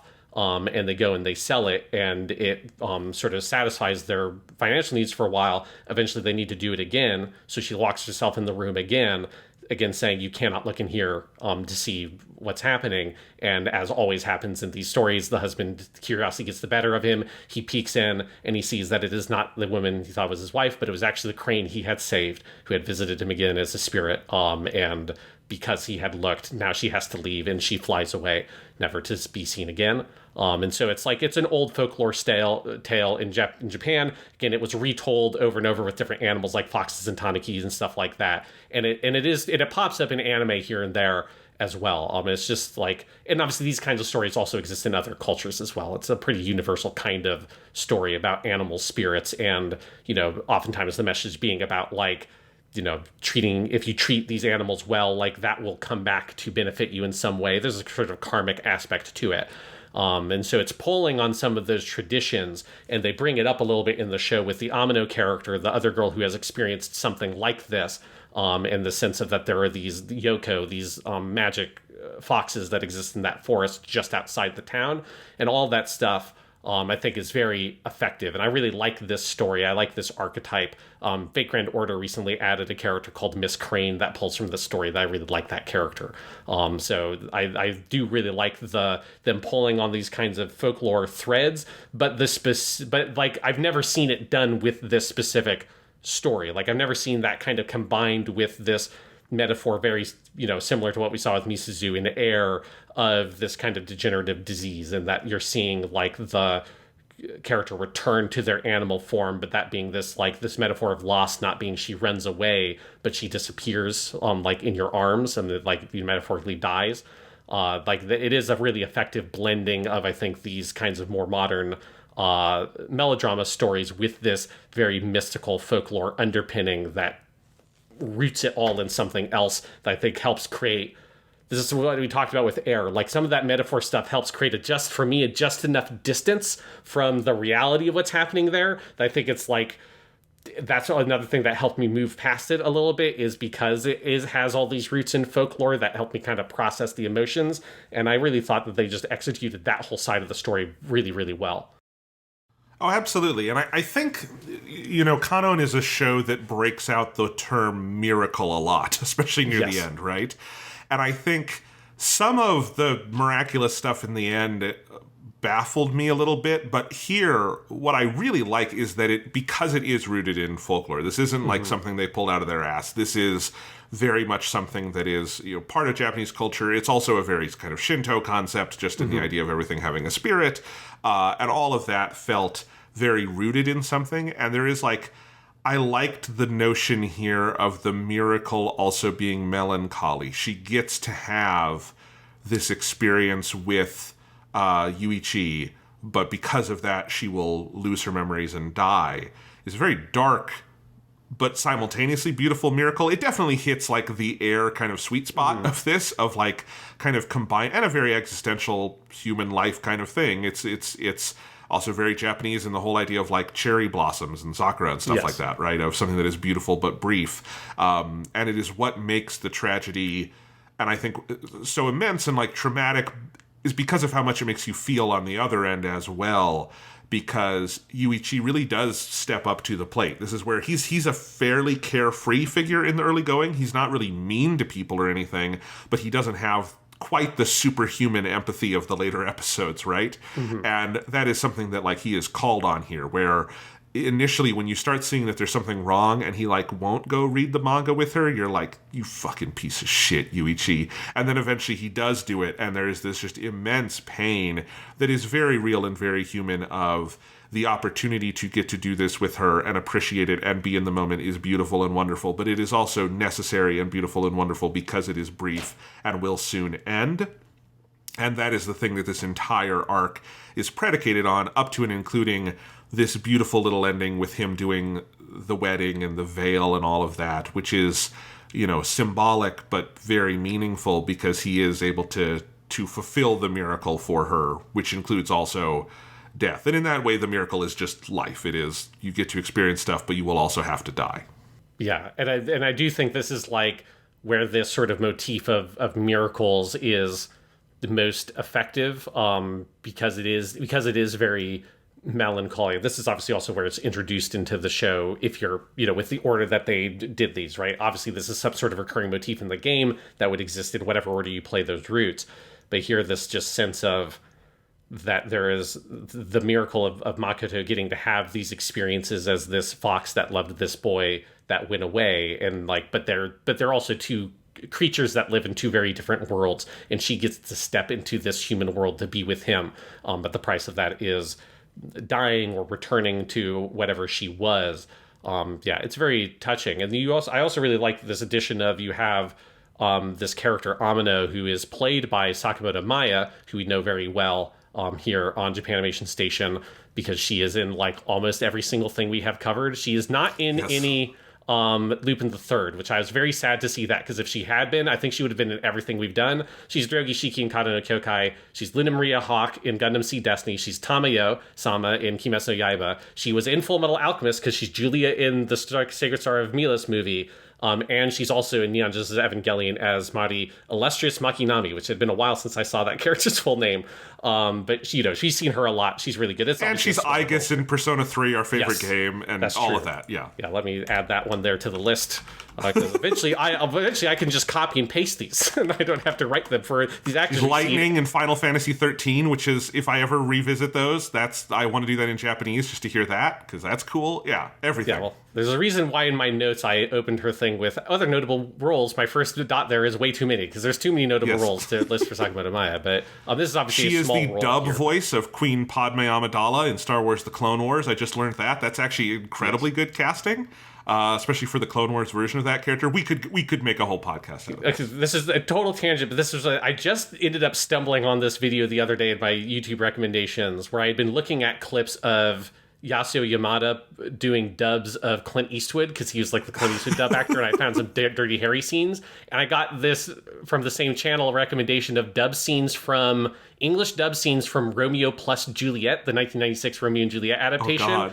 And she's fucking Juliet in there were 3 or 4 different versions of the dub, and in 2 of them it was Sakamoto Maya. Apparently, and she's very good. It's her when she was 20 or something when she did it. Because it's that's an old movie, but. Anyways, that's a total tangent. But yeah, Sakamoto Maya, it's a small role here as Amino, but this friend character, right, that kind of continue this metaphor of finding for when you have someone in your life that has passed away or has this kind of terminal illness, where you find comfort in other people who have gone through a similar experience. And you have this very powerful scene at the end of this arc where it's just him and Amino in that weird hallway or whatever at the school, and they have that conversation about miracles, right? And there's something about Amino who something has been lifted from her shoulders as well through this experience that I really like, because she's this very standoffish character for the most of the arc, and then she also confronts something about her own loss through being there for Makoto, and she has this very cute scene where she's like, oh, if I could have a miracle, I would want it to rain ice cream, or she says something ridiculous like that. Which is very adorable, and I like that the little shades of characterization that character gets is really cool. And then Yuichi has his line where she asks him, "What would you wish for?" And he says, "Do you really have to ask?" The camera pans up, snowflakes are falling. It match cuts that to being sakura petals, goes to the hill where it is springtime, where also it was springtime when Makoto was there. I love that little magical touch of, as long as she is there, it was in spring, and when she disappeared, it turned to winter again. But it's springtime, and you have that last shot of Pika the cat coming up, who had been missing, and cuddling up next to Makoto as the ending theme starts coming in.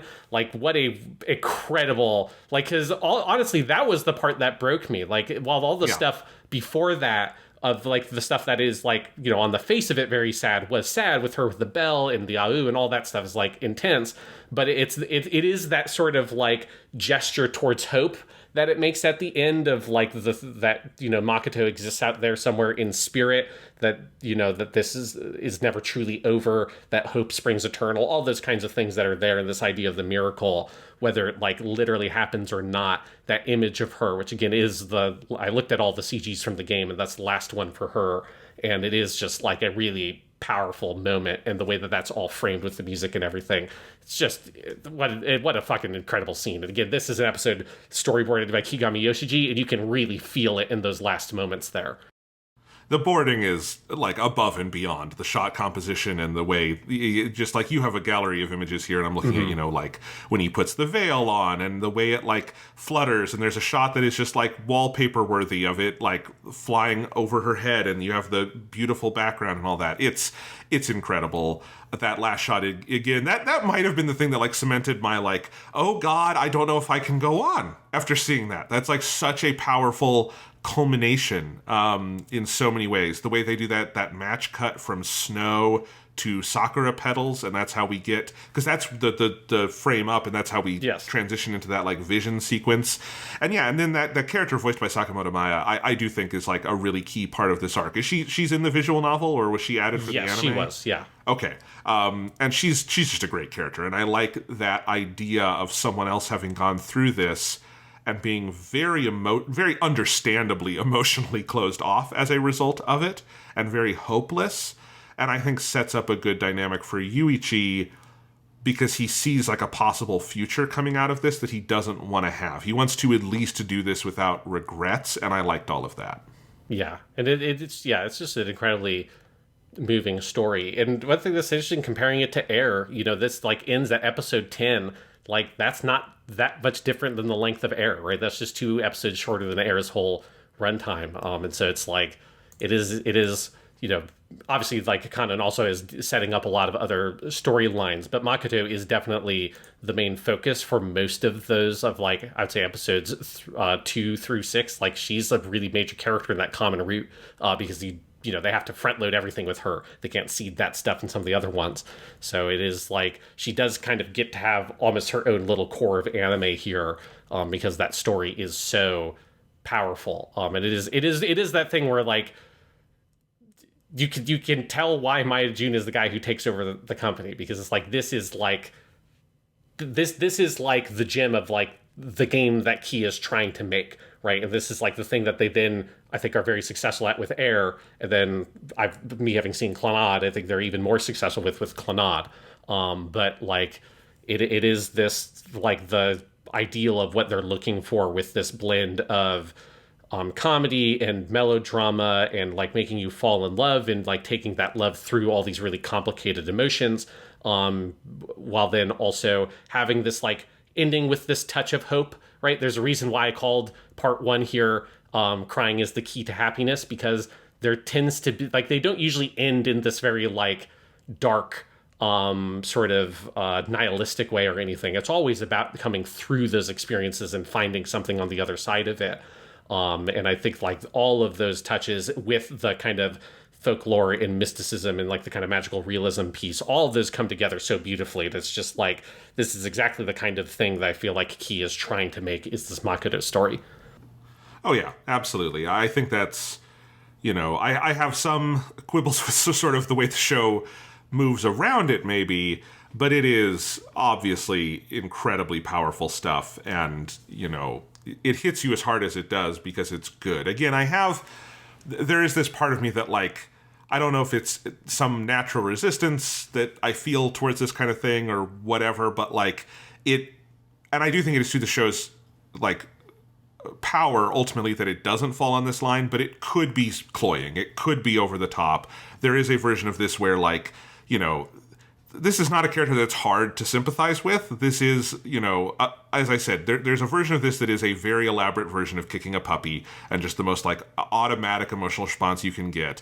But I do think this is the Jun Maeda touch, is all of the different pieces that go into building that, and then having, as you say, a little bit of hope after it. And even if I felt some discomfort with where the show kind of comes out of this, and maybe I just needed to take more days off, I don't know, maybe it is just me, I still want to give this story props for being as powerful as it is, because that doesn't come by accident. Yeah. And I want to say, like, it's not just you, Jonathan. Like, I will say, like, these, like, Key stuff is not, like, it is broadly beloved, but it's not, like, universally beloved. Like, there are definitely people that really don't like a lot of these shows for either because it's, like, you know, they don't like something that, like, goes... like that, where that line of whether it's like good storytelling or emotionally or overly emotionally manipulative, that's in the eye of the beholder, right? And it's like, and they are always towing this line. Like, they're always trying to walk up to that line and to play this tightrope act of, like, how far can you go without going over the side? And when you go over the side, it falls apart. There's a reason why, like, some of Maeda Jun's stuff he has made post his Key game, some of his anime stuff has not landed particularly well, like his show Charlotte, which I have seen and I thought was not that great, and then Kami-Samani Natahi, which I haven't seen, that came out a few years ago but didn't get reviewed particularly well, and my impression of it was because it's like you went too far, like you went over that line for too many people and it didn't work. And so it's like, I don't think there's anything wrong about your reaction with it. Like me saying that, you know, I took a couple of days and maybe that's why I didn't have a strong reaction. That's not to like discredit anyone who like couldn't go past it with that show, because it's a reaction I totally get and I think is very fair. Yeah, it's just, if it sounds like I'm having trouble putting the words together, it's because I'm having trouble putting the thoughts together. It is a lot. Like, and it is this, I have a strong emotional attachment to these episodes and the Makoto story, and I have also kind of a negative reaction of kind of coming out of it, but I think they're all linked and blended together, and it is messy, and some of it is just as you say, it is a fucking tightrope walk, right? It is a crazy tightrope walk. And there is some stuff in the second half of the show that maybe falls on the cloying side of it to me. But yeah, you know, if for whatever reason Kanon ended at episode 10 and we just never got resolution on all those other things, it'd be weird. I'd wonder what was up with Taiyaki Girl and all of that kind of stuff. And it would actually be great on the Mai thing, because you would never have any context for it. It would just be, there's a weird girl pretending to hunt demons, and you would never get any more context. But it would still be a great anime, because that ending is so powerful, you know? Yeah. Yeah, and it's, you know, and again, if all you want to do is the Makoto storyline, that's what those games are there for. Like, you could just play that and then walk away. Just like it is again. I keep saying this, but I just think it's very true. I think these games are fucking so hard to adapt, because so many shows that try to adapt these kinds of games just, I think, are bad. And these are not bad.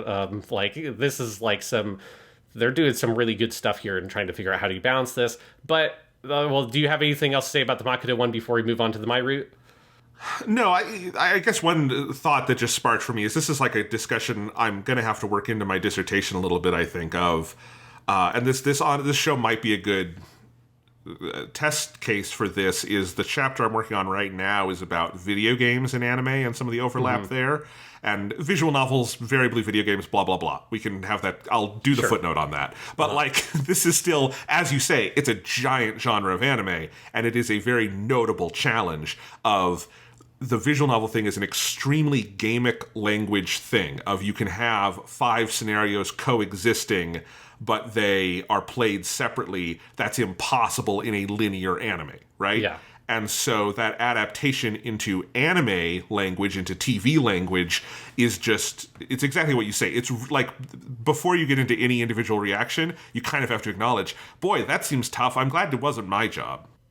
Yes, yeah, because it's like, I mean, there's a reason why Fate Stay Night gets to be really successful at that, is because, you know, Unlimited Blade Works totally gets to stand on its own. You don't need to have Heaven's Feel. It's obviously amazing to get to have Heaven's Feel, and they get to cheat by having Heaven's Feel just be a movie. It's like, and everyone gets it, that it's kind of its own version of the story. But it's like, you can't do that with Kanon. It just wouldn't, you know, none of the individual routes, I think, would fully stand up to that level of scrutiny to have just the Makoto TV show. Like, as good as it is here, I think it would be bizarre. Like, I don't think an audience would be able to accept, why are all these other characters here if they don't do anything? You don't think you could do the 3-film trilogy adaptation of the Mai arc? Yeah, exactly. It would just, it's a weird challenge. And so, yeah, let's talk about the Mai route, because I do find it so fascinating that the Makoto one and the Mai one, they're here right next to each other, and these are the 2 routes written by Maeda Jun. And it's, as someone who has seen a lot of his other stuff, it so to me is like the two halves of it, where the Makoto side is the side that I think for me and for most people works, and the Mai side of it is the side that doesn't always work. It reminds me so much of his anime. I just mentioned it, Charlotte, which is like has a lot, like goes really hard with the supernatural stuff. Like Charlotte is a show where like characters have like supernatural powers and all this kind of stuff. And it just is, it overcomplicates itself and overburdens itself with exposition and having to explain all these powers and stuff. And it's not rooted in something very tangible or like historic, like the Buddhist kind of stuff you get in Air, or like the Fox stuff in Makoto's route. It's a little bit too bespoke, and so it needs all this extra explanation, and that just burdens the story when it is trying to move into an emotive space with so much extra baggage that it just kind of falls apart. And that's kind of my overall impression of what happens with the Mai route. I actually really enjoyed most of the buildup. Like I liked the Mai character. I liked a lot of the stuff of, oh, she's fighting these like demons in the school. That's weird and like strange and is very different than anything else in this or Air or Clannad. Like I'll just say there's no weird sword demon fighting character in Clannad. They're all girls. They're like normal people living in the world. And so all that stuff's weird, and there's like, but it's weird, but I was into it, and I love episode 12, which we'll talk about, which has like the ballroom scene and all that. Like, there's some really amazing stuff in the build-up. I think there's a lot of good humor. I find the Mai character funny, even if, again, it's like, if you're able to reset your expectations a bit coming out of the Makoto stuff, I think you can find the humor. If you can't, that humor is going to just kill it for you.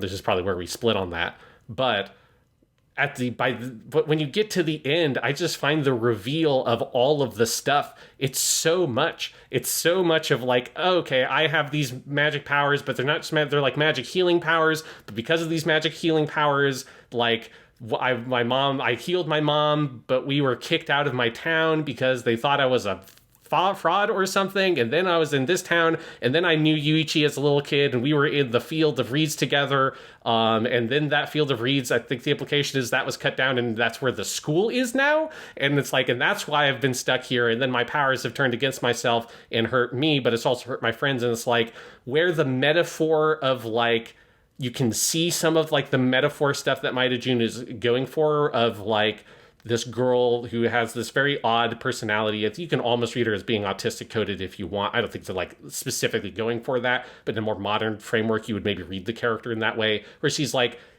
has a hard time reading socially cues. She's very gifted in specific ways, but that like causes her to hurt herself and the others around her because she struggles with her ability to socialize. There is a good character in there, and there's a good story to be told in a Maeda Jun fashion in there, but it's so loaded down with all this shit that by the time it got to the point where she stabs herself, I almost laughed at it, because it had gone so over the edge into being kind of self-parody of how loaded it is with extra bullshit, and I was just like, couldn't kind of understand why she was trying to stab herself at that point, outside of like the metaphorical stuff that's going on, that like I've never been more disappointed in something like this than the last episode of the Mai arc, which I just like made all fall apart for me so bad.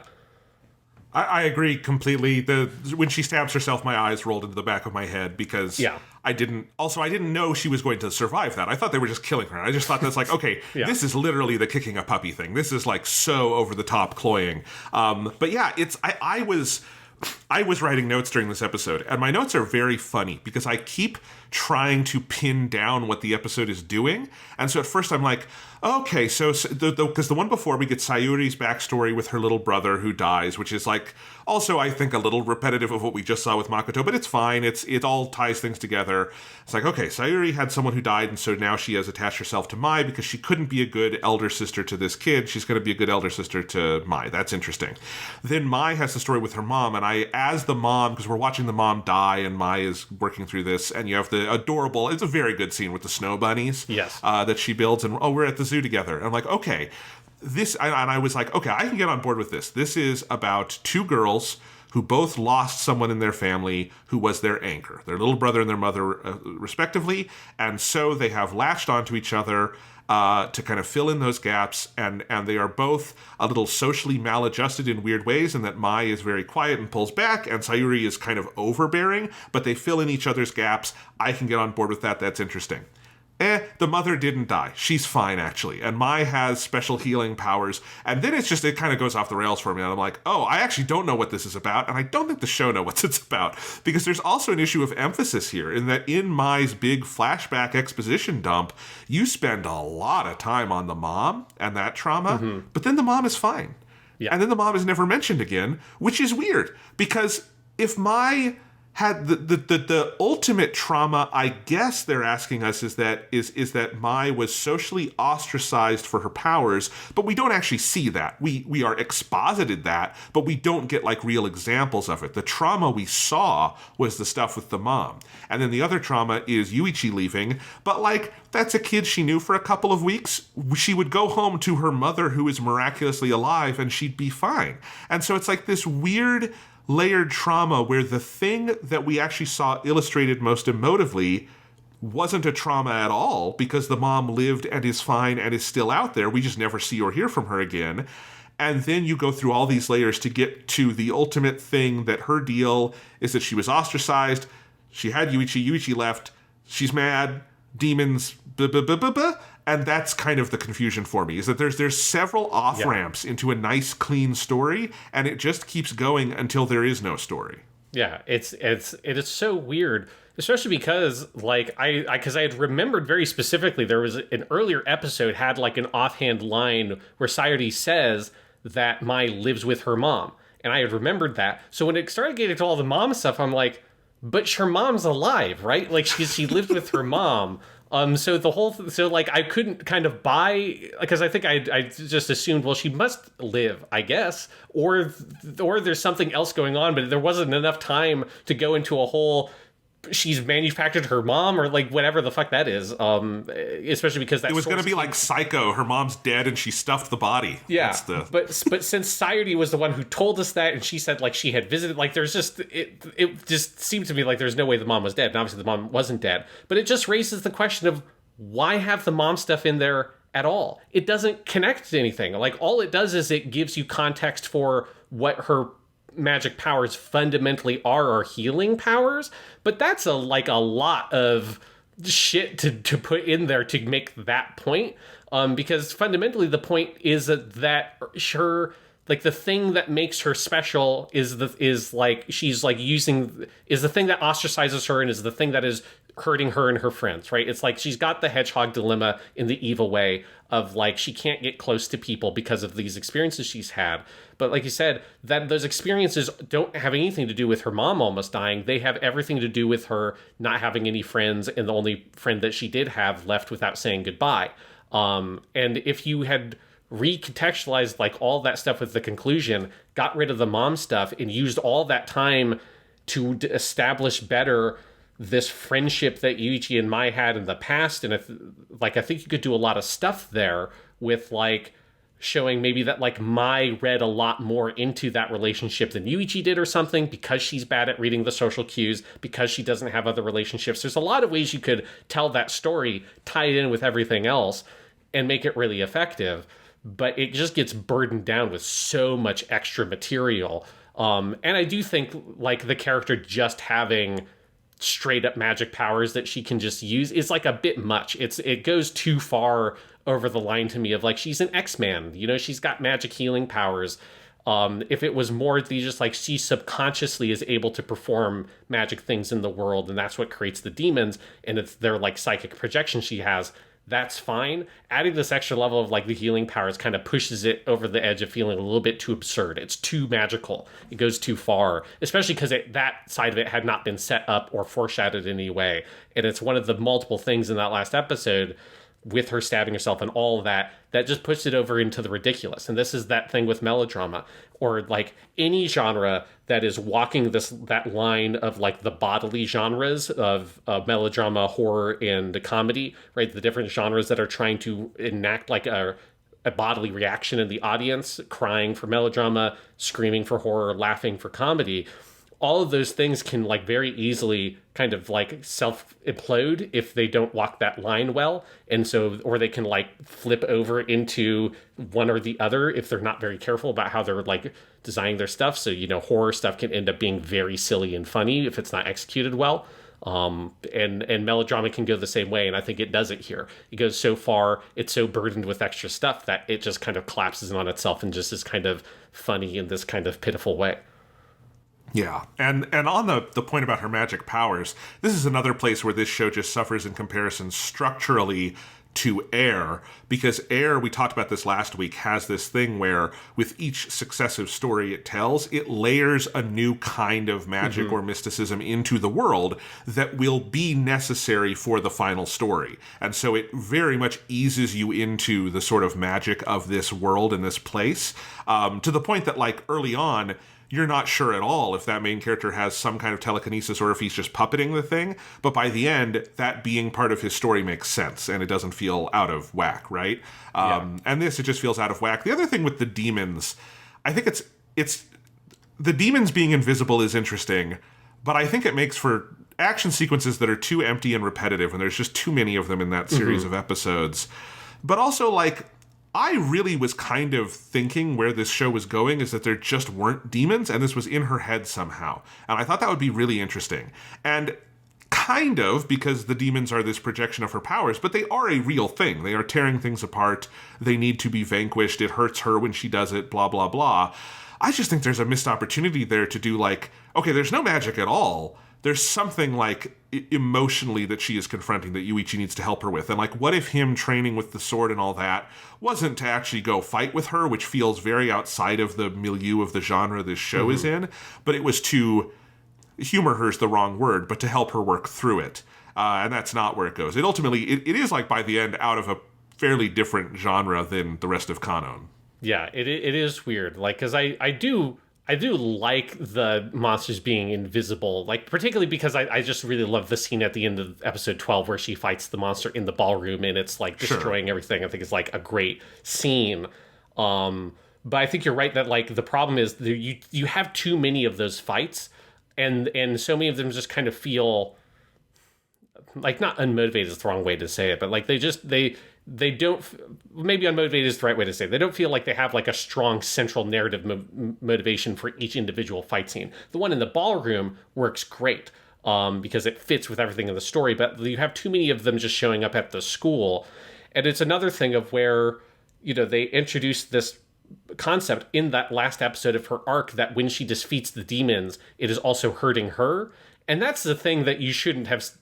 You shouldn't do that right at the end. It should be a thing where the audience slowly starts picking up early on, where, you know, it's this thing where she should have been taking care of those demons bit by bit as the arc was going on. And you're kind of counting them down. And each time she beats one, she gets a little, like, something is wrong with her. And at first, Yuji doesn't pick it up. The audience kind of knows about it. Eventually, starts figuring it out. And then also each demon becomes more powerful than the last, or something like that.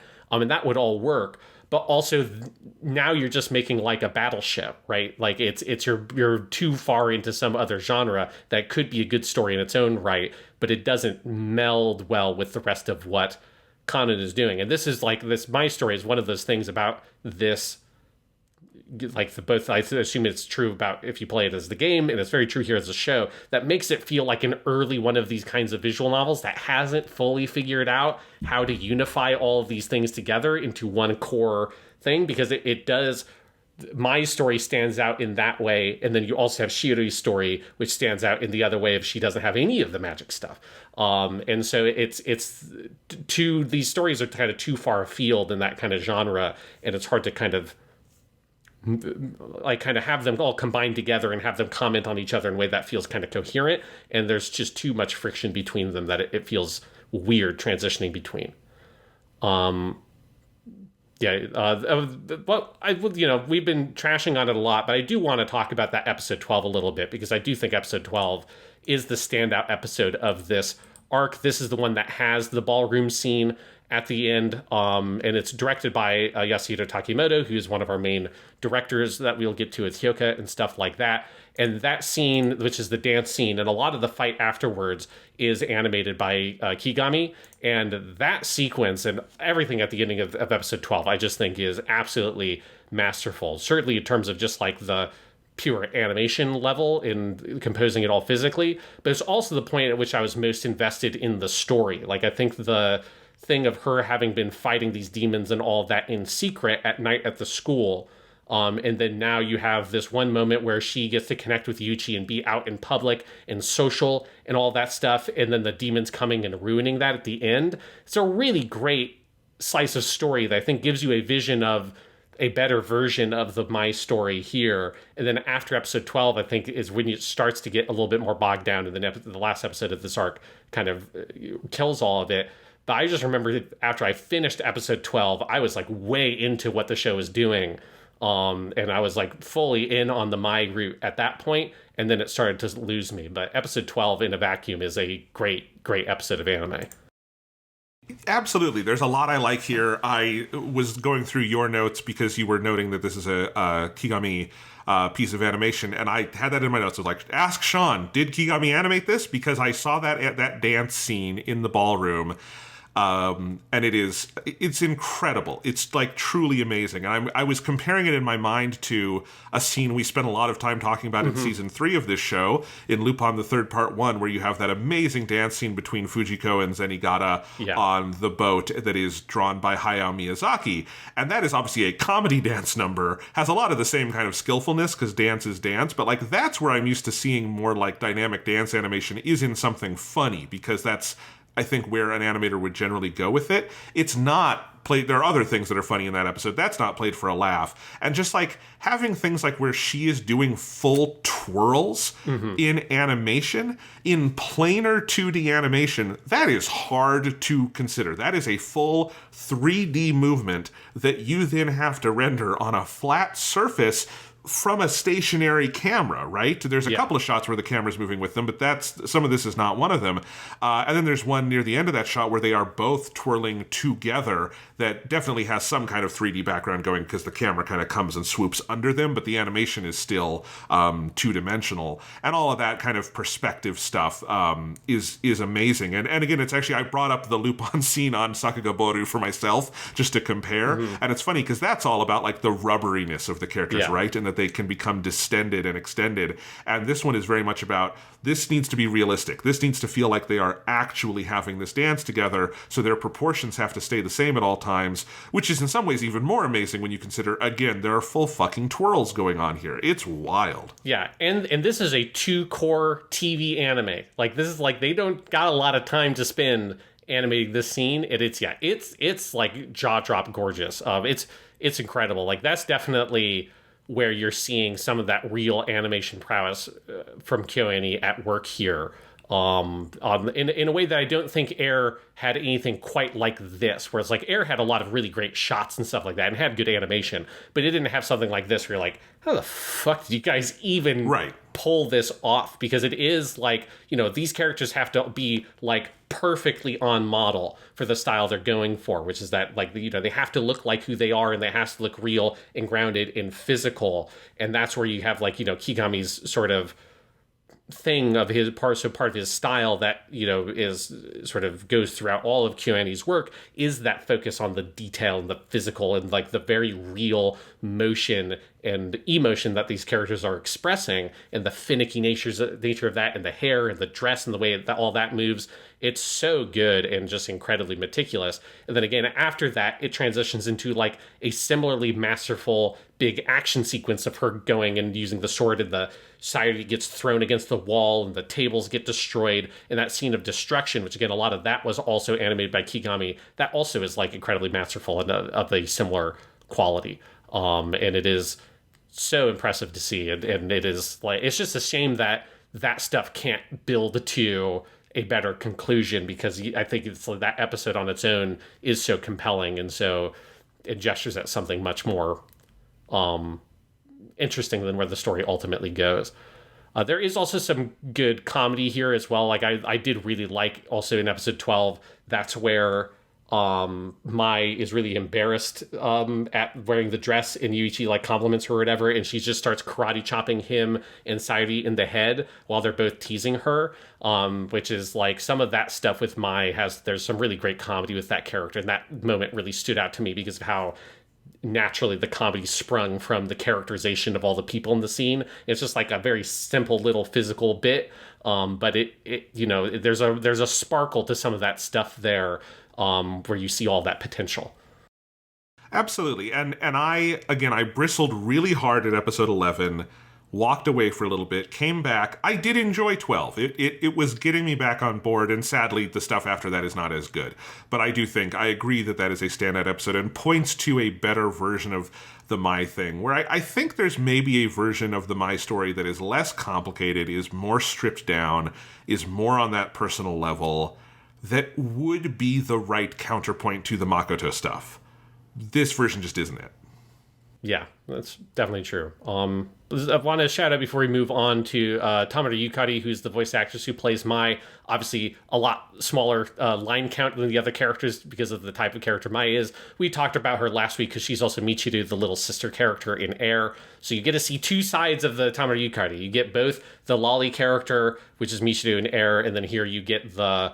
this is a kudere, is what this character archetype is called. Basically, Ayanami Rei in Neon Genesis Evangelion. This is another talking about Gap Moe.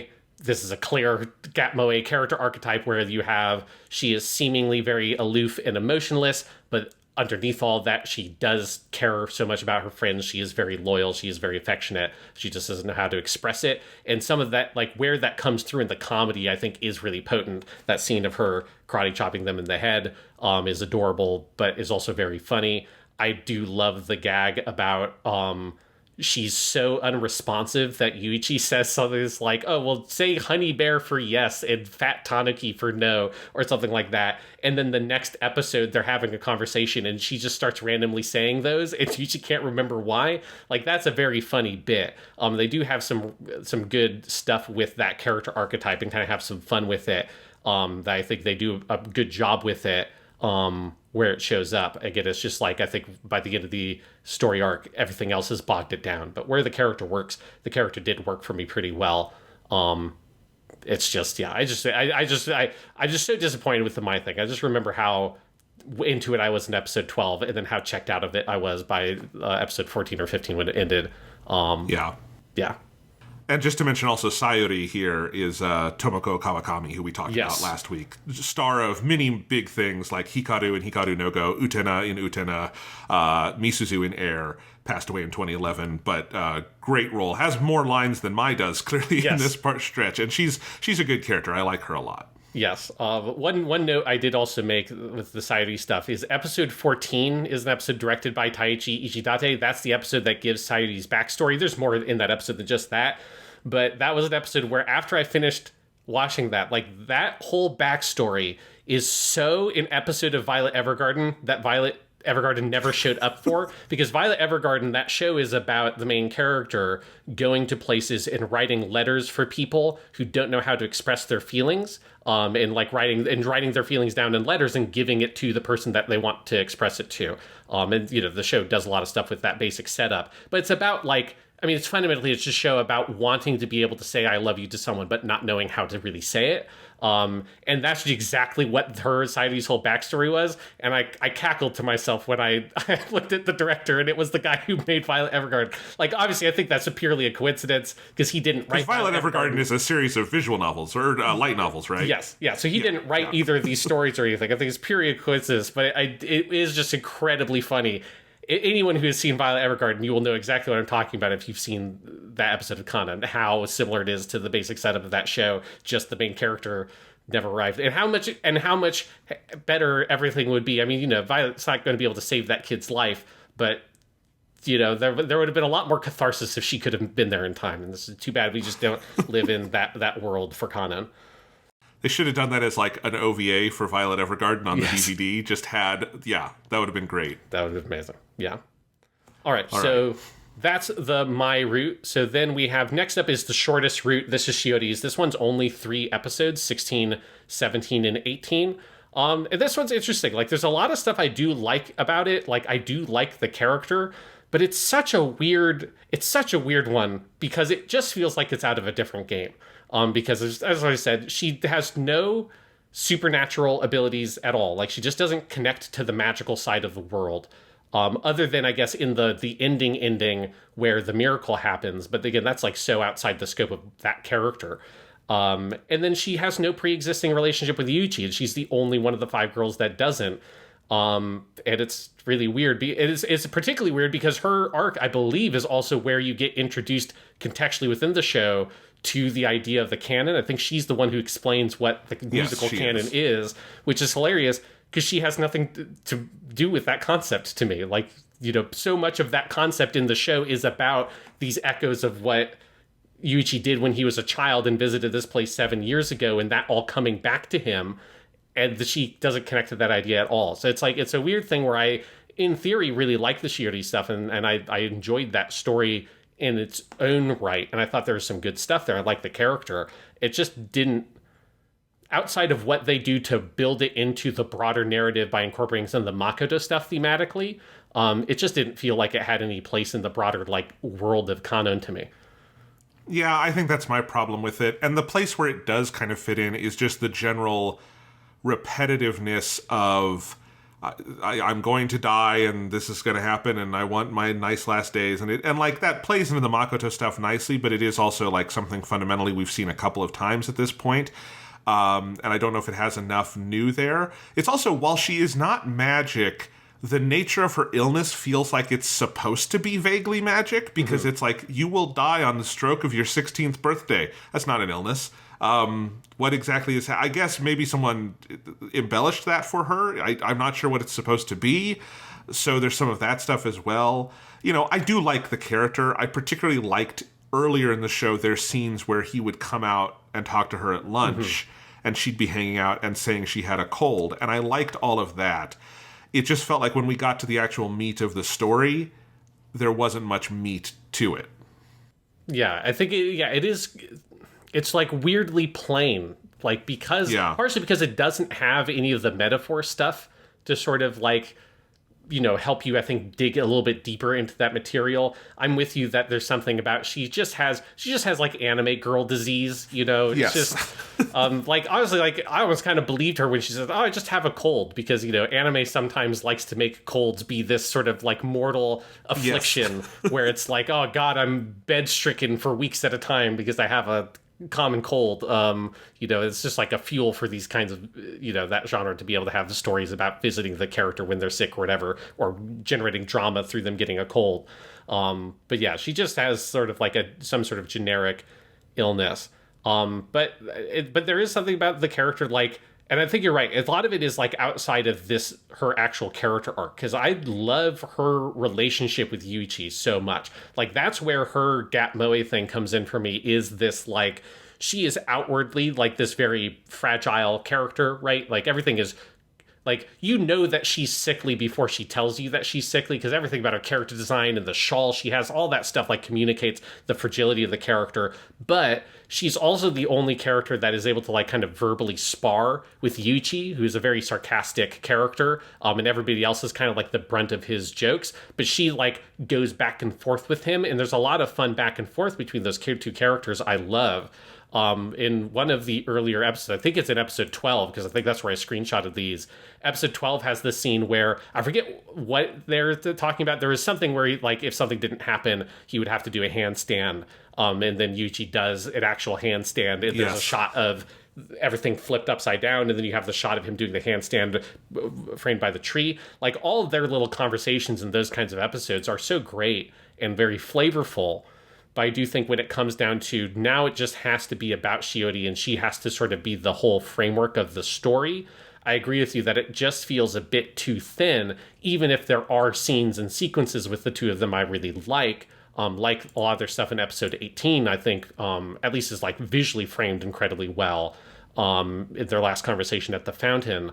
But the, like, even though it's only a 3-episode story, it still kind of feels like it's dragging, and it's only 3 episodes. Yeah. It would, if you had to, like, ask me in my memory, it would have been more than 3. I would have said 4 or 5. So it definitely, and coming off of the Mai thing, again, it's sort of like with what we are presenting in the show. I think a slightly different version of the Mai thing, a slightly different version of this, might have been the right follow-up to Makoto. Both of them in this form together feel like the wrong follow-up. And that's where my breakdown comes a little bit, I think. But, you know, there are nice scenes. The performances are good. Did we talk about her voice actress yet? No. Akemi Sato. Yes. So there's one More thing of a that's voice video game person, right? Is what I'm seeing here. And one thing that's interesting with the voice actors here is that this is actually the second person to play the character, because in the original voiced version of the game, the Dreamcast and PS2 versions, she was voiced by an actress named Konishi Hiroko. But that, and I couldn't quite figure out why, but it's probably private. But that actress she didn't retire, but she sort of walked away from voice acting for a while, and then she did come back to it in later years. But because of that, the character was recast for the 2002 anime with Akemi Sato, and then when they did the PSP version, they replaced the voice with her for the PSP version of the game, and obviously she's here as well. And yeah, Sato is she doesn't have a lot of anime roles, but she's got a lot of video game roles, particularly Koei Tecmo games. She's in, because I put in my notes here, she's done a lot of characters in Dynasty Warriors games, and that's not just Dynasty Warriors, it's the whole Dynasty Warriors and Samurai Warriors and Gundam Muso and all the spin-offs of them. It's she's just she's in a bunch of the tactics games that Koei Tecmo makes, so she's in a lot of video games. The big thing that we would recognize her from in terms of video game stuff is she is Shiho, Ann's friend in Persona 5, which is not a big role in terms of voice count. She's not a main character, but it is an extremely memorable role because that character is so so that's the inciting incident of that game is Shiho attempts suicide because she's being abused by Kamoshida, the teacher. And it's it is a really vital character. I think she does a very good job as that character in that game. So, not necessarily, she's not Misty in Pokemon or anything of that scale, but a voice actress that has done a lot of interesting stuff. She is the tutorial operator in Dynasty Warriors Gundam 2. There you go. That's I was saying. She's in a lot of those kinds of games. And she's in a bunch of the Yakuza games. She's Nyo Tengu, which is a character from the Dead or Alive franchise, which is the big Tengu lady, which is cool. I like that character. I'm not big into the Dead or Alive games, but I do remember DOA 4. That character was cool. But anyways, I like her performance here. One thing I like is that because she's not a super recognizable voice actress, I'm not sort of thinking about, oh, that's Tamaru Yukari or that's Hode Yui playing the character. It's a voice that feels very fresh, and I do like that. And I do think she's very good with that verbal back and forth. I think she's got a lot of really good chemistry with Tomokazu Sugita, who plays Yuichi, and I like those characters joking. I like what she says. I hate people who say things like that, her little catchphrase. It is not a the greatest performance anime I've ever seen, but I did generally really enjoy that character. It just never was a character that felt like she supported the whole story that when it was handed to her and she was kind of the main role. She has a very small but pivotal role in episode 78 of One Piece as Yuki, the little girl who asks a question of the giants Dory and Brogy, which starts their long rivalry that 100 years later culminates in the Straw Hats meeting Dory and Brogy when they have forgotten why they're fighting but are still fighting, and leads to their love of the giants in a long-running plot thread in One Piece that I think is being paid off now in the manga, which is hilarious to me. That's a weirdly small pivotal role from very early 1999 One Piece. Oh geez, yeah. So that would have been at the same time she was playing, or I guess she wasn't Shiori in the original release of the game. But yes, it's pretty contemporaneous. That is weird. That's kind of it's probably one line in the episode. I have to be clear. It's not I don't know if she's even in the credits, but there you go. Yeah, that's when I look up some of these actors, and then I look at this is someone who got big in 2015, and it's oh, you were in an episode of Naruto in 2006. I think I remember that little ninja dude. Yes. It's yeah. But yeah, I don't know if I have a huge amount else to say about Shiori other than there are episode 17 has some really nice shots in it. That's the one that was storyboarded by Kigami and directed by Noriko Tako, who that was her first episode direction job. But in particular, episode 18 is the Takemoto directed one. I thought this episode was incredibly well directed. The scene at their conversation in the fountain at the end, where there's a colored light shining up through the fountain as the fountain is getting bigger and then smaller, and the light is shifting different colors, and the way that he frames them as neither of them are looking at each other and they're trying to have this conversation, and then eventually they look, they talk to each other, and then she leans in and kisses him. That whole sequence is an incredibly well-directed conversation scene. And the way that the water is animated and the color there, it's a really great sequence. I agree with that. It is extremely striking. Even I wasn't like super moved by the like story content, but the visuals, like to the degree that I almost think looking through the photo gallery you have here, Sean, makes me more emotional than the actual episode because so many of these individual shots, just looking at them, or especially I think putting them all on a page together where you can see their juxtapositions and all of that, because it does a lot of like where it will split a frame between them and it'll have them sort of in each other's place on the frame. So if you put the shots side by side, they make a bigger image. There's really interesting stuff going on there. And its use of color is incredible. Yeah, so it's like it's definitely a big show piece, I think, for Takimoto, who directed and storyboarded that episode. That also is the episode that has the birthday party scene that has the second big dance, which this one was also animated by Kigami. This is where the Tomokazu Seki character, who's the comic relief character, gets in his Elvis costume, and he and Yuichi dance, and that is very good. And there's a very good little dance scene there as well. Yes, it is. That one definitely struck me as like, oh my gosh, that's phenomenal animation. I think this is supposed to be making me laugh, but I can't laugh. I'm too busy appreciating the animation. Yes, it's definitely, I went back and rewound that scene a couple of times because it is very good. It is very funny. Yes, absolutely. All right, and so then that leads us into the final route, which is the last, 5 or 6 episodes, 19 to 24. So this is where I ended up having to go look at a Let's Play of this game, because I think what they do here in intertwining the Naoki and Ayu routes, again, as someone who hasn't actually played the game, but like I was like floored by like what the fuck is that? Because if you had told me after I watched this show that the way the game worked was that the Naoki and Ayu route was the same route for like 80% of the game, and there was a split way later down that path, I would absolutely believe you, because there is something so seamless about the movements between those two story arcs, with the Naoki stuff obviously being centered a lot around like what happened with Akiko getting in an accident, and all of that, and that driving a wedge between her and Yuichi, but then that's also when Ayu has disappeared and all that. Like, the way that the interplay between those two storylines work is so expertly done, and it's again, I'm saying this as someone who hasn't played the game, but it feels like it must be just a masterclass of adaptation, because that's a really complicated thing to do, to take two stories that aren't meant to happen at the same time. It's not something they've done anywhere else, other than, they've maybe like peppered a couple of scenes here and there of like some of the lighter stuff from like an Ayu route and put that somewhere earlier just for some flavor.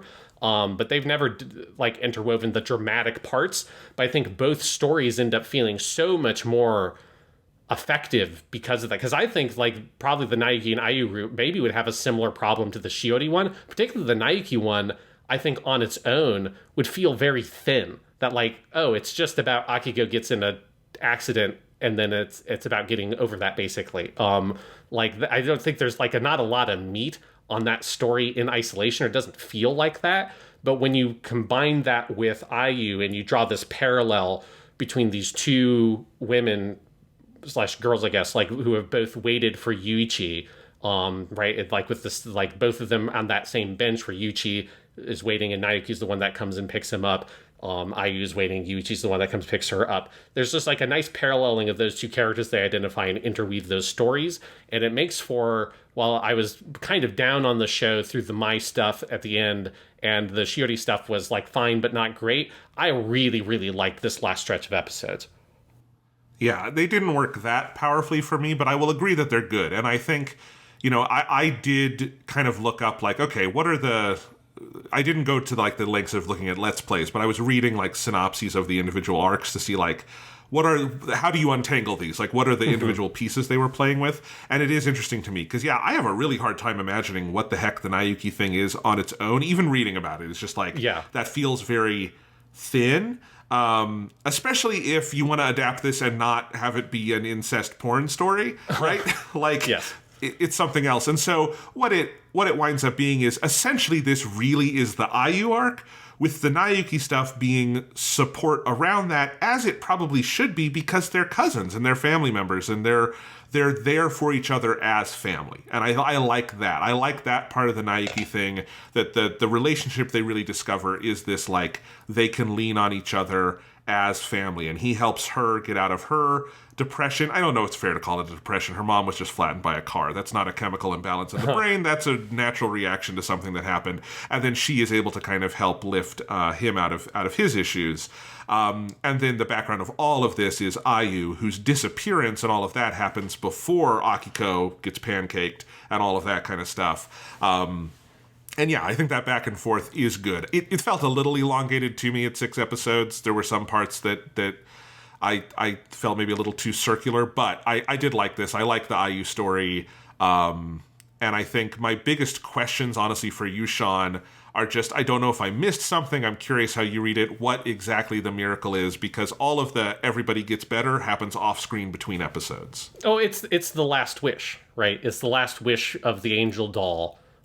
Is for Yuichi to be happy, right? And Ayu wakes up from the dream, and right. So like one thing that's interesting. So you have that scene in the last episode where Shiori this is like in spring after like all this has gone down, and she is seemingly it never like explicitly says that she's cured, but I think you're just a bit to imply that, well, she hasn't died yet, so she must be better. I don't know. Her anime girl tumors went into remission. Yes, yeah, exactly. Like she got the magic anime girl vaccine, and she's fine now. But she's drawing in her sketchbook, which was the present that Yuji got her.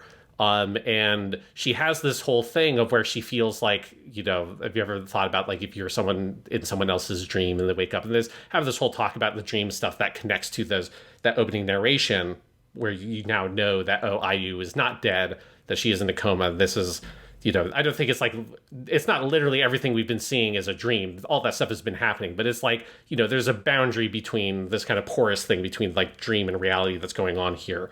And that what if, in that dream, that girl could grant one wish, and it was for the person they love to be happy. And for that to happen, everyone around them would need to be smiling too, I think is the line that she says.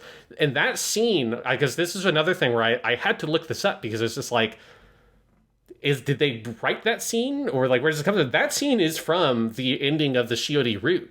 And I find that fascinating, that like, and I guess it makes sense in the game context that is either a sort of like, foreshadowing. If you haven't done the IU route yet, it's foreshadowing the IU stuff, or afterwards it's adding context to what happened in the IU route. But obviously in that world, I don't think Yuichi would have ever learned about IU's like whole situation and all that stuff. So it's kind of weird. But the way that it works here is very effective, where they've kind of made it so that in the version of the story of the anime, like that, the miracle that has happened of the wish that is granted sort of fixes everybody, right? As opposed to it just being the one person in the one route that you picked.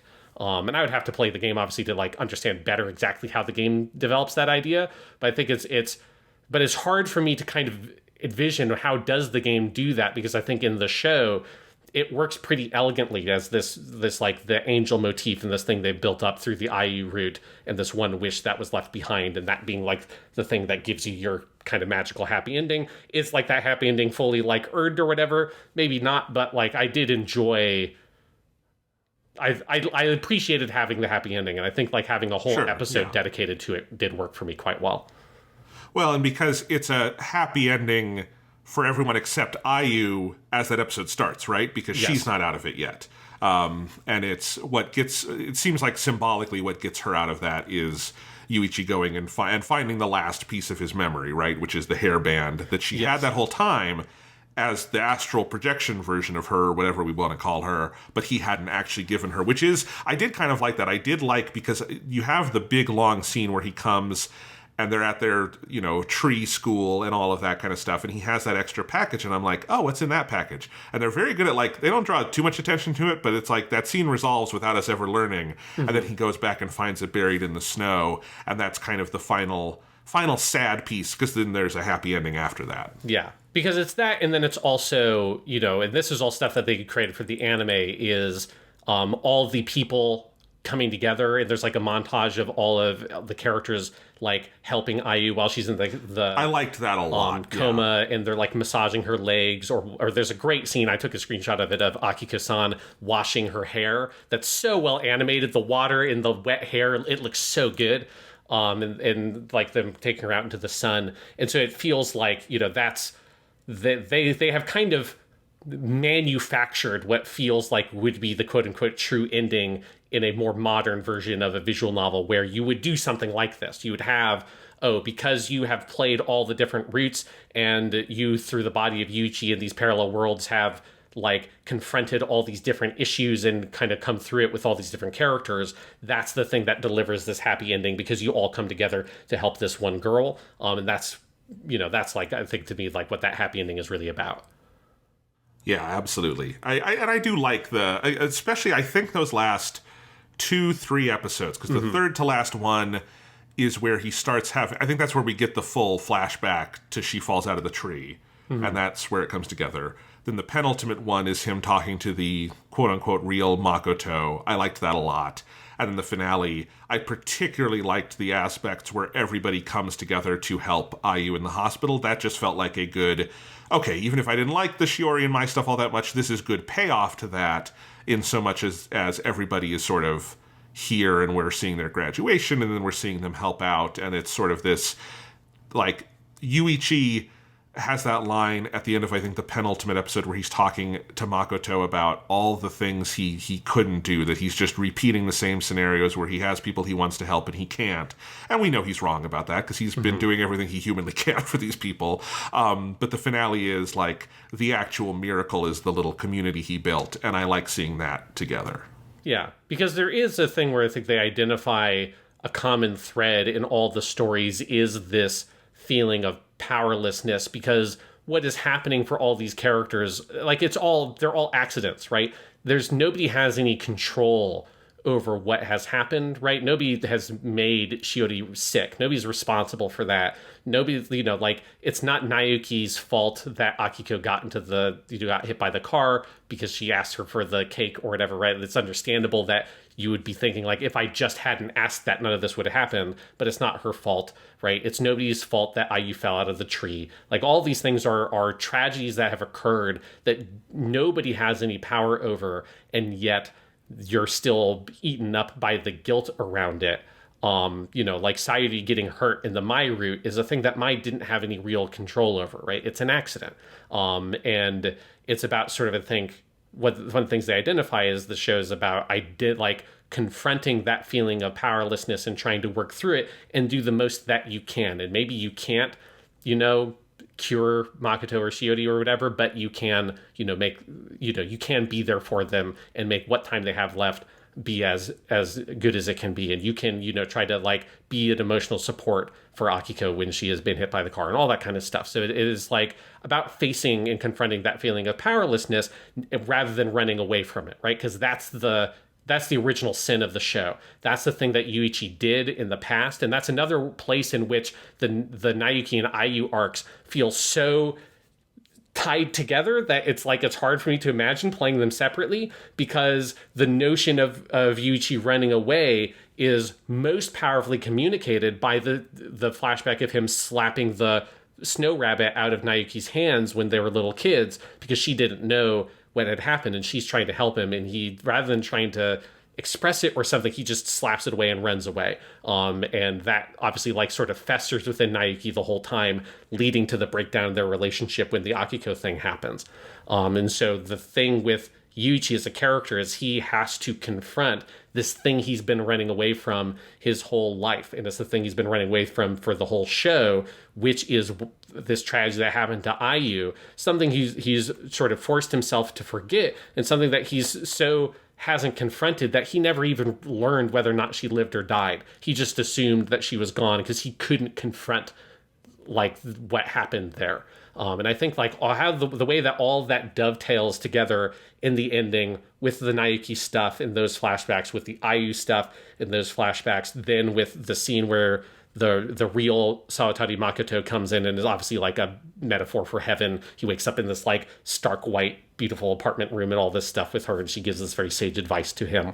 All of that just dovetails very beautifully for me. And it's also set up with a great scene, which is the kiss scene between Yuichi and Ayu that happens where she asks him that question, have you ever felt powerless to help someone and been there and not been able to help them? And in the game, I have to assume that moment triggers Yuichi because he thinks about what happened to Ayu. In the show, it triggers him because he thinks about all the people he's met, Makoto, Mai, Shiori, that he hasn't, and Naoki, that he hasn't felt like he's been able to help. And that's the thing that causes him to sort of like freak out. And then there's that beautiful shot of them having the kiss and the teardrop falling, and there's a big 360 camera move around it. That's an amazing sequence. Like all of that to me, I think is just, I'm just kind of floored. It's the thing that makes me want to play the game, because I'm floored by it, because I just can't wrap my head around how do those stories play out in the game, because the parallelism that they've drawn here and how tightly it's intertwined is so strong that it feels like if you rip them apart, so much of like the meaning of it would be kind of diluted from that distance of playing them in separate routes. I just think it's like, I've like, whoever it came from in the team, if this is like a Fumihiko Shimo thing as the scriptwriter, if this is like Ishihara thing as the director, or like probably it's like a group effort and like a lot of work. I'm sure Maeda Jun and some of the people like Key contributed to some of these ideas, but the people who like figured out how to fit these puzzle pieces together, like that's like the magic trick of this show that like really made me come around on it a lot from what I thought was a kind of weak middle section. And I really just loved this whole conclusion. Yeah, I think I understood it more than I maybe felt it, and I think there's probably a shorter, tighter version of this show that would make me feel it, but I agree with all of that. It is very skillful in its adaptation at the end there. One question I have for you is from the Let's Plays you looked at. Is Ayu's final lines about wanting to get up and walk and run in all the places, is that in the game, or did they invent that for the show because of how slick it is going into the finale animation? Yeah, I don't know. I don't know if I looked at that. I don't remember. I don't think I saw what the very end of it was. That's a good question. That's like worth looking at, because yes, that ending scene is fucking amazing. I mean, everything about that ending scene, because you've been... Well, this is like the whole last episode, because the last episode is storyboarded by Ishihara Tatsuya. He storyboarded the first episode, the last one. He's the series director, and the theme songs. He did this for Air as well, where he storyboarded the opening and endings, which the director sometimes does, doesn't always do. It seems like something he does. So yes, yeah. But then it's also directed by Takemoto, so that's a fucking tag team in heaven, right? You've got two of your main key people both tackling this finale episode. And it's just a gorgeous episode, top to bottom. You've spent the whole show in wintertime, with the exception of these couple of magical scenes with Makoto, where the snow is gone and they're in the hill and it's like spring. And so getting this montage of like a year plus passes, right? And you see and you have this whole dream sequence with Ayu in her coma narrating over like the fall, or it's like winter, and then the spring comes, and then summer, and then fall, and then spring comes again, and she has these visions of her as a little girl walking through the town with all the characters in their but they're all the other characters are in high school, and the way that they visually represent, I think the different seasons there are so gorgeous.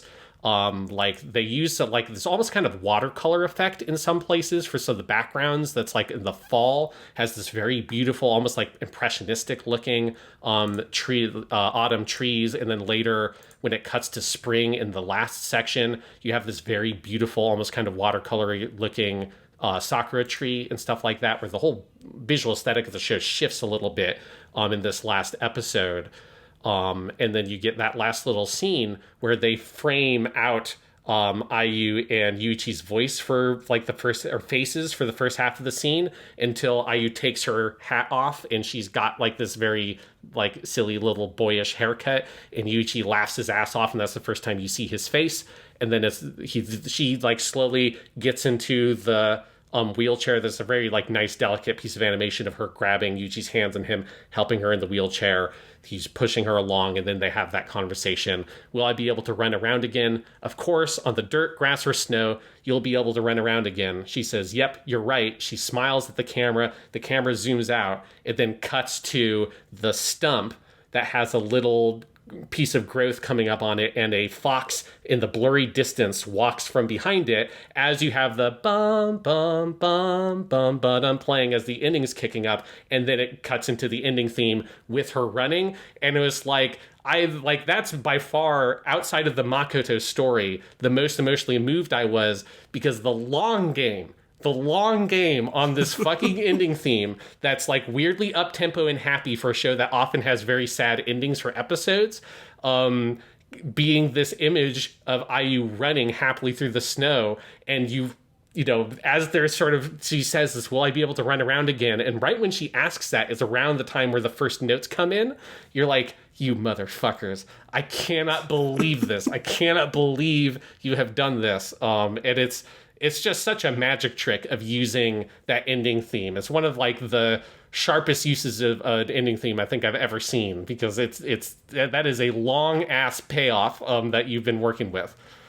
Especially considering I feel like it's a de rigueur now in the 2000s. You don't use your ending theme in the final episode, right? Yes. A lot of anime, maybe most anime at this point, ditch there. You maybe get the opening in your final episode, but you never get the ending. This is like, the ending was there to be in the final episode. Yes. If it's there better than it does in the preceding 23, that's fucking rare. It's like the funniest thing in all of Zeta Gundam is the end of Zeta Gundam. Everything that happens, fade to black, fade back up. Oh, I can't help believe in you. Can you imagine if the ending of Zeta Gundam tried something like this and it was like, he'll never run again, and then like cut into that is like what it would be? But no, instead they like really found a way to take that and be like, oh, that was the hope of this series she was running towards the whole time. That was like, I very much perked up at that. I'm like, that's fucking brilliant. Yeah, that's just like the last 5 minutes of the last episode are just fucking perfect. It's an amazing sequence. Yeah, and Definitely. I loved the whole last story arc. I thought was so good.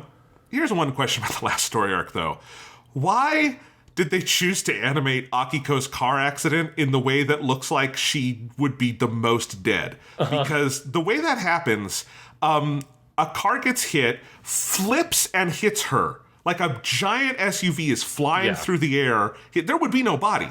There wouldn't be a body. There would be a bunch of like bone and sinew and blood ground into the fucking street that they would have to scrape off. There wouldn't be a body to fix in that scenario.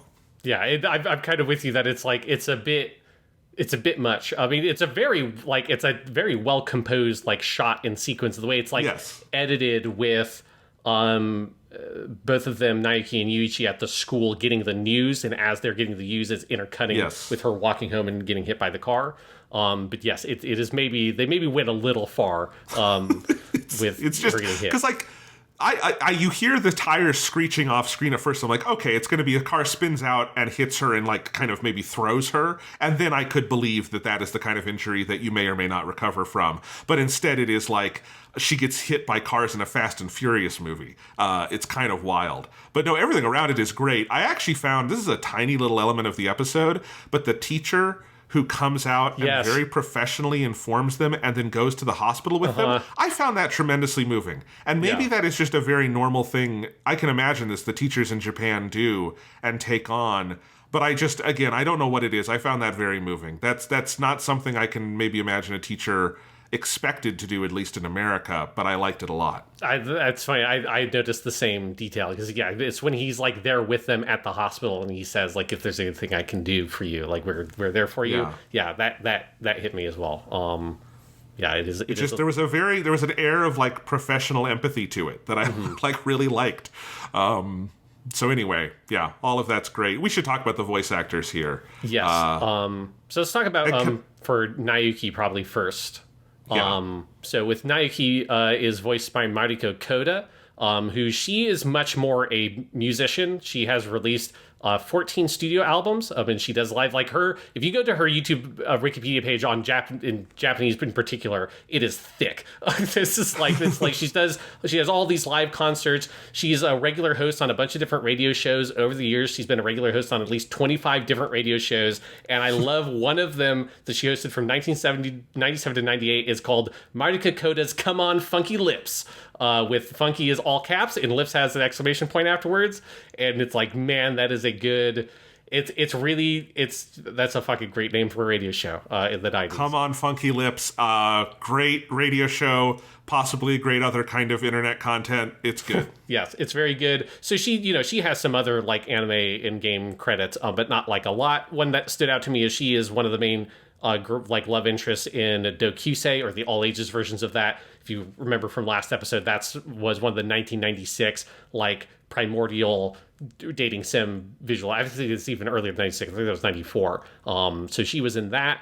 One thing that jumped out at me, this is not a big role, it's just a really weird, super obscure one. She might be the earliest voice of Zelda from Legend of Zelda.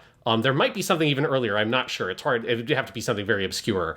But for people who don't know, there was a thing called Satellaview in Japan, which was like a Famicom add-on sort of thing where you basically, how do you describe it? It's like, what if live TV was a video game where the satellite would, broadcast data to play a game, but at specific times. So it's like, in the same way that's like, oh, Law and Order is on from 5 to 6. It's like, oh, well, BS Zelda no Densetsu Initiate no Sekiban, that's on from 5 to 6 p.m. So like, let's turn on our Satellaview and play Zelda. But the Satellaview Zelda games are kind of are a little bit well known just because like some really good versions of old Zelda music are from those, because they were really high quality from the Satellaview broadcast. I don't think you can play some of these. I think have been emulated. It's very rare to get this stuff emulated, but you can see YouTube playthroughs of all of them.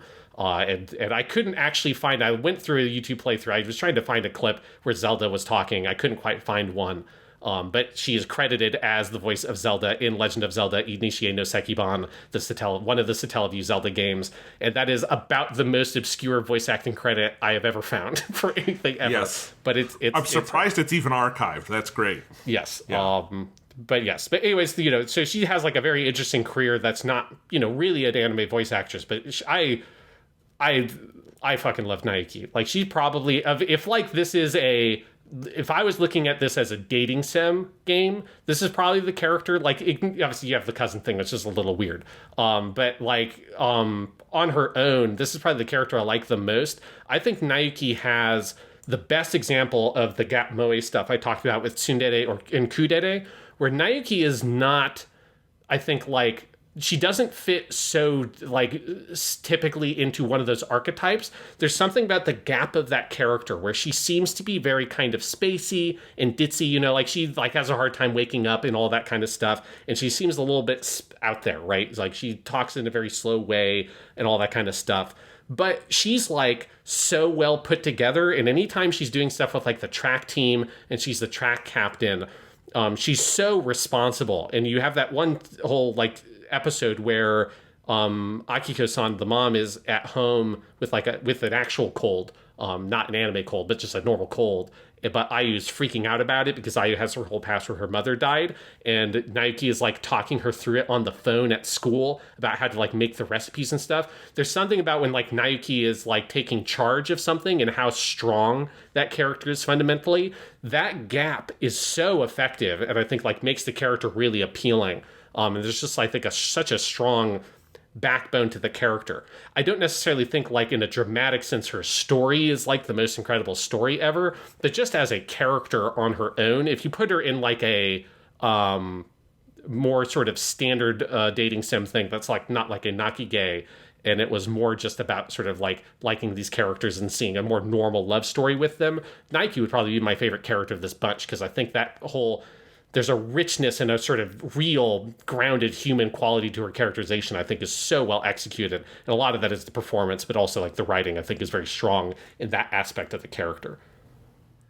Absolutely. I mean, she's great. I think the vocal performance coming from someone who is not a typical anime voice actor, I think is actually very palpable. Yes. Because her speaking style and everything, it's very different from everyone else. It's very funny. I like all the gags with her fucking alarm clocks and her being unable to wake up. All of that's great. That said, though, Sean, if I'm playing this game and I have to date anyone, I am going for her mom every time. Oh, sure. Akiko is fucking great. This is also just, I am a 30-year-old adult now, so I'm like, man, she's a good mom. She can cook. She's probably good with finances. She'd be a great life partner. There's like this very different set of standards you have as an adult. But I love Akiko, and I feel so stupid for this. The whole show, I'm like, I know this voice. Who is that? And it wasn't until I looked at your notes, because I just didn't think to look it up. It's Yuko Minaguchi, who is Videl / Pan in Dragon Ball. She's many other things as well, but like that is one of my favorite vocal performances of all time. Yes. Like, oh my god. And yeah, she's great here. I fucking love. It's another anime mom who I am totally into. Yes, no, that is a fair point. I was thinking in terms of like who the game would let you date, but obviously, yes, Sure. Akiko-san, because she's also, she's single. It probably gets lonely raising Naoki all on her own. Like I want a dating visual novel for me where it is just a bunch of anime moms, and that's who you're picking between. You're a single dad. There's a bunch of single anime moms. That's the game I want. There you go. I can virtually guarantee you that probably exists. I don't know if it exists in English. It for me. I don't know if you're going to be able to find something like that maybe doesn't have a lot of the adult content, depending on what you're looking for. But I'm sure you can get something. But yes, no, Akiko-san is fucking great. It's a great performance. Obviously, yeah, Yuko Minaguchi, Videl or Pan, Dragon Ball. Her other really big role is she's Sailor Saturn from Sailor Moon, which this is not particularly relevant, but I thought I'd mention it. It comes up here. That character's name, her given name, is Tomoe, and there's an apocryphal story online, because this is very much not true, but that the term moe comes from people being so into that character that they pulled the moe, which I think is the same character kanji as in Tomoe, and used it there. That is not true. That's definitely not where the word moe comes from. But it tells you how much people like Sailor Saturn. In my opinion, she's no Sailor Mercury. But hey, Sailor Saturn's pretty good. Yuko Minaguchi is really good. Yes, and we will see her in Clannad because she plays the older sister of one of the main characters. So we will see her again. Well, now I know who my favorite character in Clannad is. I haven't even seen it, and I know it's her because Yuko Minaguchi. And Akiko's great. I want my anime dating game where you sit down and one of the dates you have is talking about whether or not you'd have a joint bank account together, because that's the phase of life we're in. Yeah, and since I'm talking about Gat Moe this episode, I can't talk about Akiko-san without also mentioning if there are two pillars of Gat Moe, right? One being a character archetypes, and the pillar is the peak of that pillar is the tsundere. The other pillar would just be character traits, and the peak of that pillar is can't cook or is weird at cooking. And that's the Akiko-san thing. So she has the running joke about her special jam she makes. Yes. Which is very funny. Obviously, this is just such an old school Gat Moe thing of where it's like, the weird cooking or the can't cook at all, but seems like they should be able to. But she's great at cooking for everything else. That's the thing. She's like a goddamn genius. She has a million other jams. She can make anything her kids want. She clearly loves being a cook and caretaker and wants more people in the house, all of that. There's just this one weird jam she has. Yeah. And I'm convinced that she knows it's bad, and this is her pranking her kids. She is nice on the surface, but she has one kind of mean streak. And she's like, you kids never help me with the cooking. Here's this jam. Yeah. Here's a very a fun fact. So Yamada Naoko, who is our third big director that we'll look at this season, when we get to Kanon and stuff, she, I think this is the last thing that she does not serve as an episode director on. She's still just a key animator, but she did do the key animation in the scene in episode 7, which is where Makoto gets the jam. And you might remember the shot because I think it is really well animated. It stuck out in my head when I found this thing that said this is a scene she animated, where this is the one where Akiko-san lays it on so thick. And just there's this huge glop on the fucking butter knife. And she just there's a lot of detail of it, just this big juicy layer of her special jam on that piece of bread. That scene was animated by Yamada Naoko. And it is that is very good, and I was kind of delighted when I found that there's a specific little interview that she mentioned that she did that scene, and I like that. Sean, It's pretty funny. you mentioned that scene, and it is burned in my brain. There is something about the like thickness of that horrible jam going on the bread. It is maybe the piece of animation that is most stuck in my head from this show. That and the taiyaki in the opening. Something about it. I don't know. It's great. Yeah. And before we get to our last two big voice actors we need to shout out, let's round up some of the other smaller characters. You do have Tomokazu Seki, who we are very familiar with here, is Kitagawa, who's the comic relief guy. It's a weird role. I feel like you can really tell that Tomokazu Seki is in his 50s, I think, when he played this character. He's not a young man in 2006 anymore. But you got to mention him because he's been in so much shit we've covered. He's Domon in G Gundam. He's also Izak in Gundam Seed and Sea Destiny. He's Gilgamesh in the Fate series. He is Kanji in the Japanese dub of Persona 4. He is the Wind Hashira Shinazugawa in Kimetsu no Yaiba. He's Panda in Jujutsu Kaisen, and he's Toji, the one who gets the friend who later gets into one of the Evas in one of the later episodes of Evangelion in Neon Genesis Evangelion. So he's in a lot of shit that we've watched. I hadn't even realized just how many episodes we've done where he plays a major character. That's the thing about Tomokazu Seki, Sean, is that every time you list out all of his roles, I'm like, I can never recognize him because those are all so different. None of those sound the same. Gilgamesh and Domon and Shinazugawa, the Wind Hashira, none of those sound, let alone Panda, who's really different, obviously. It's just, he's such a fucking chameleon. Yeah, it's amazing. And we will get another Q&A role. This is not something we're going to watch, but in Full Metal Panic, he is the main character of that series, Sakura Sosuke. But we will see him in a small but very, very memorable role. You will definitely know it is him when this character shows up. He plays Anime Tencho in Lucky Star. I'm very excited because it's so fucking funny. But yeah, so we've got him. And then I think another character we didn't mention much of is Shiori's sister, Kaori, is voiced by Kawasumi Ayako, who we know very well because she is Saber in Fate Stay Night and all the Fate spin-offs. That is her, Kawasumi Ayako could do nothing for the rest of her life other than play variations of Saber in Fate Grand Order in various spin-offs of the Fate series, and she'd still be just fucking set. She's also Shinha in Genshin Impact, and I thought this was interesting. I did not know this. I mean, I knew that she played a lot of roles in visual novels in the early 2000s, but obviously, Fate Stay Night is one of those. But she was one of the main characters in one Kagyaku Kisetsue as well. That was a role that jumped out at me. And then she is a character, not a main character, but she's one of the main characters of a standalone episode in Violet Evergarden. That character is Clara Magnolia. We'll obviously talk about that when we get there. I remembered that episode when I looked it up, and it's a good performance. But yes, that is our other notable side character we didn't bring up. Yes.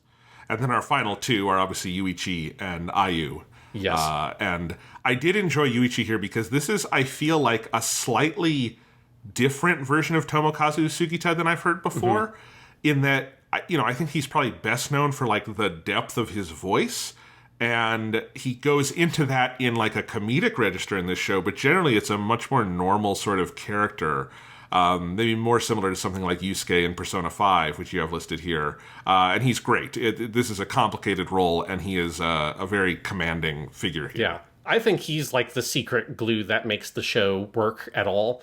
I don't think I would have been able to stick with the show really if it I don't think anybody would be able to sell the character as well as him. Because this is, to put it in context, this is 6 months after he played Kyon in Haruhi. So we will visit that role, but it's slightly out of order in terms of his, the way that we're tackling it by putting all the key stuff together. So he had already done Kyon, which is a similar sort of character. I think there's a lot more under the hood with Kyon, but it's a broadly similar kind of archetype.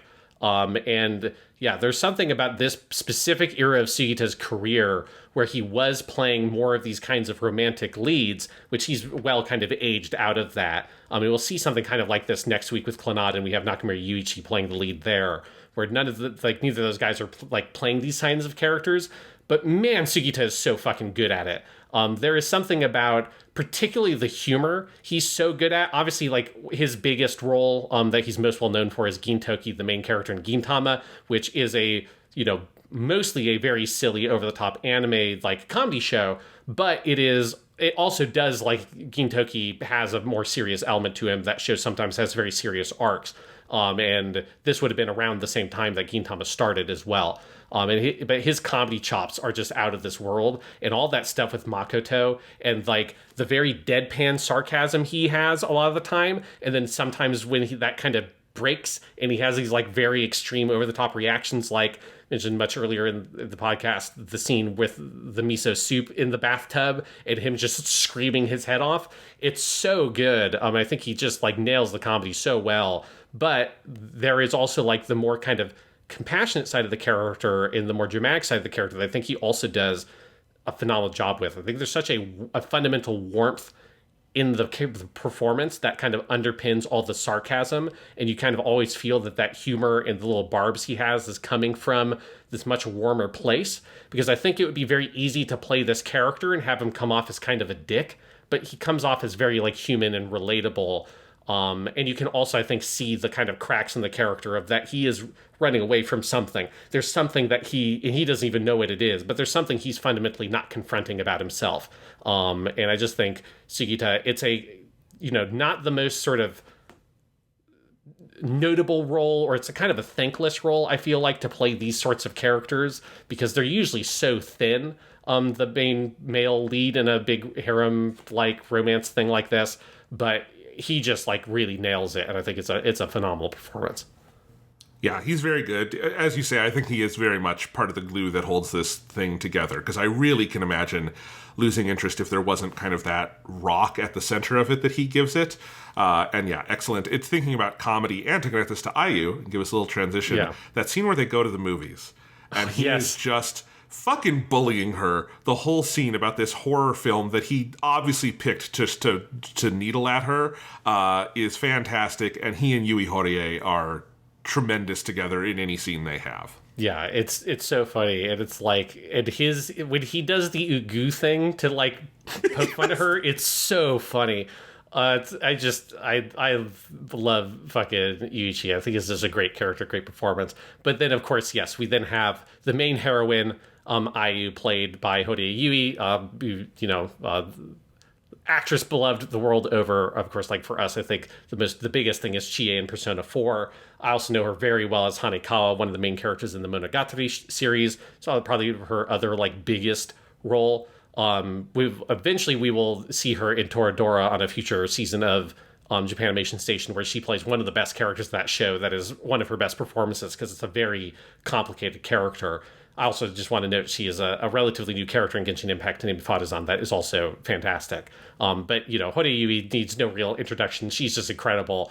And it is, Ayu, I think, is a hard character to pull off, because Ayu on the page, I don't think pulls off the eccentricities as well as Misuzu. We talked about with Air and Misuzu that one thing that Air does is it gives Misuzu this big pile of weird quirks and eccentricities, like the Gao and the peace sign and all of that, but it writes it in such a way that you can feel how it's underpinned so fundamentally by that character.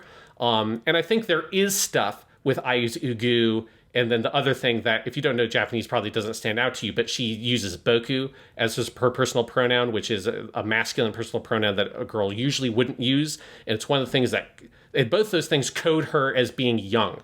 And that is the way in which they're attached to her character. She is like kind of underdeveloped because she's been in the coma. And so the Boku thing makes her sound very childish. Since she doesn't have really a tomboy personality, the Boku makes her more feel like a kid who hasn't fully been socialized yet. So she doesn't kind of fully understand that it is weird for her to use Boku to refer to herself, and it doesn't really come across as her like using it intentionally because she wants to be perceived as a boy. I don't think that's why she's using Boku. That does lead to one of the best jokes in the show, which is Yuichi making fun of her for saying it, and he's like, why don't you try something else, like try ore, and then Ayu just looks him dead in the eye, and you hear Horie Yu just say, Ore, Tsukimiya Ayu. And she sounds like Goku, and it is the fucking funniest shit. So good.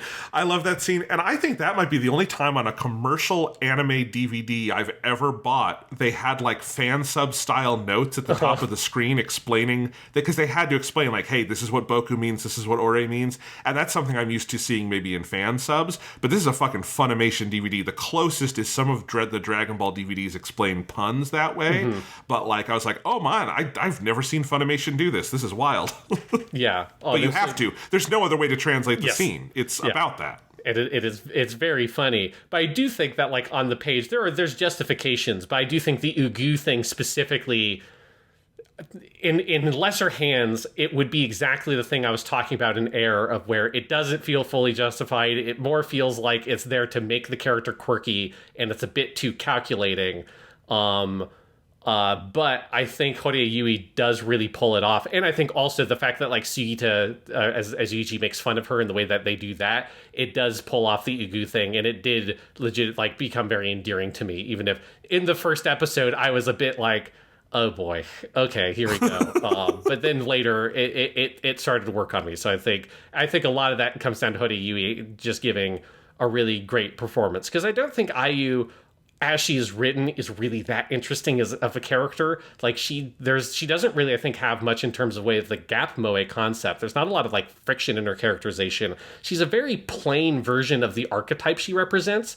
It's just Horia Yui is so good. I don't know, like she just like nails it so well, and I think she makes a character that's much more vivid in the performance than I think it is in the writing or the narrative. I think that's probably true, but I liked Ayu. I don't think she pops as much as Makoto, but I liked her from the beginning. I like the opening scenarios of her stealing this taiyaki over and over again, and it definitely comes together in the end. And definitely, I do think Horia Yui is the biggest reason for that. It is a very, very good performance. Yeah, and I did ultimately really like the character. And I did find an enterprising fan on Nico Nico Doga, the Japanese video streaming site, made a supercut of all of the Ugus in both the KyoAni anime and the original Toei anime. And so I crunched some numbers here. So Ayu, and this isn't accurate because it is both Ayu and Yuichi. You combine them together. So between the two of them, they say Ugu 86 times in the KyoAni anime. That averages out to one Ugu per 6.7 minutes across the series, or a rating of 0.15 UPMs or Ugus per minute. That's at least 3.5 Ugus per episode. Now, the reality is, when I looked at the supercut, like half of those come from the episode where they go to the movie theater. It is crazy how many Ugus are in that one episode. It's fucking insane. And then I compared that with the Toei one, and I think this is interesting. If you want to get a like clear mathematical comparison of why the KyoAni version is better, here it is. The Toei version had only 42 Ugus in its 14 episodes, and that is one Ugu for every 8 minutes, which is just a rating of a 0.125 UPMs or Ugus per minute, right? So you have 0.15 UPMs for the KyoAni one, 0.125 for the Toei one. This makes the KyoAni series 1.2 times better, mathematically speaking, than the Toei series on the International Ugu scale, according to my calculations.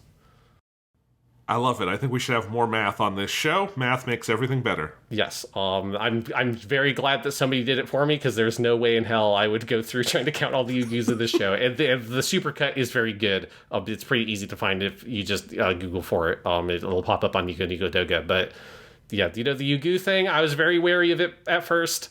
But it, that fucking worked for me. It's sometimes it's a bit cheesy, but sometimes if you get it in the right hands with the right voice actress, that cheesy shit can sometimes work. As we're wrapping up here, Sean, and speaking of the Ugus, and Several characters have their little vocal tics, because you have Ayu on the Makoto character. We had a text conversation earlier this week, Sean, where I just texted you a picture of the taiyaki ice cream sandwich I was having, because I thought you would enjoy seeing it. I said, hey, I got this for watching Kanon, and you just texted back, Ugu, and I thought that was funny. And then I texted you, wow, I just got to the part about Makoto being the spirit of an adorable fox who is now going to die slowly and tragically, and I swear, these Key shows are going to fucking kill me. And you texted back, Au. And I have to tell you, Sean, now, when that AU arrived, if you want to open up your little picture gallery you have for Kanon episode 10, it's that first picture. It is where she is on the ground rolling the ball back and forth and going, AU, AU, AU. She's Jesus. doing that. And I get a fucking vibration on my watch, and I look down, and it just says, AU. And there was something like, I thought my goddamn, phone was haunted, that this is happening, and I'm like, this is so sad. And then my phone goes, buzz, and I look, and I'm like, AU. And I'm like, Sean, you son of a bitch. And I texted you back and said, wow, that text arrived at an extremely cruel moment. Yeah. That was the moment. I'm so glad because you were sending me this text while I was watching some episodes of Ultraman. So, and I just would look at it and be like, what's the dumbest thing I could... Oh, Ugu is just what I'll send here. It's and then you sent me a thing about Mike, and it's oh, I'll just send... Oh. And I was considering sending with that last one. I was just send you back. I hate people who say things like that. Just leave it there. I couldn't remember if she already had said that yet or not, and you might misinterpret it. It says me just saying, I hate you. I would have misinterpreted it at that point, I think. But there you go. Maybe, Sean, you are the reason that I disconnected from this show, because that extra emphasis of the text, looking down at my watch and seeing AU is what broke me. Yeah, I'm so glad, because I have to say I made myself laugh pretty hard when I thought to send you AU there, because I knew you would be somewhere around there, and it's such an asshole thing to send, but it's just as soon as I had the thought, I couldn't help but do it. Yeah, so that's Kanon. Yeah, that's Kanon. Yeah, I think it's definitely a show I don't like as much as Air. I obviously liked it more than you did, but I do think it's an interesting show. It makes me very excited to go into Clannad. Excited. Well, I'm excited for season 1 of Clannad. The heaviest stuff is not until After Story, which I think After Story and Clannad overall, from what I remember, is a great show. But most of my memories are most distinctly of After Story, because it leaves such a huge impact. And I'm very excited to revisit season 1, because a lot of the individual character stories, I don't remember all the specific details, because it's been 10 years almost since I've seen Clannad. I can remember almost exactly when I first watched this show, because it would have been right before I started learning Japanese, because Clannad is where I learned the word kazoku from in Japanese before I started studying it, kazoku meaning family, which is a major theme in the show, and it shows up in the ending theme very prominently. So I'm very excited. As opposed to kaizoku, which is pirate. Yes. I hadn't watched any One Piece, so I probably didn't know that one yet. But yeah, I'm very excited to get into Clannad. Obviously, again, we'll have 2 episodes on Clannad. So next week we'll be covering Clannad, the season 1, which is 22 episodes, and we'll be talking about the 2 OVAs, which if you have the Blu-ray, you have all that stuff that is also on High Dive. And then after that, the week after that, we'll cover Clannad After Story as its own episode, which will be 22 episodes, and the 2 OVAs for that. And our 2 Clannad episodes will be wrapping up part 1, at which point we'll be able to move on to happier pastures. But I'm very excited to see Clannad, where we'll be able to now line up, right? Because we've had this kind of out of order thing with Kanon and Air, which ones were made when in the game, which one was made when in the anime. Now you get the third one. Clannad is basically Key's magnum opus. They've never made anything that was as popular as that afterwards. And it's one of KyoAni's most popular shows. So we'll be starting our Clannad adventure next week on Japanimation Station's Kyoto Vacation.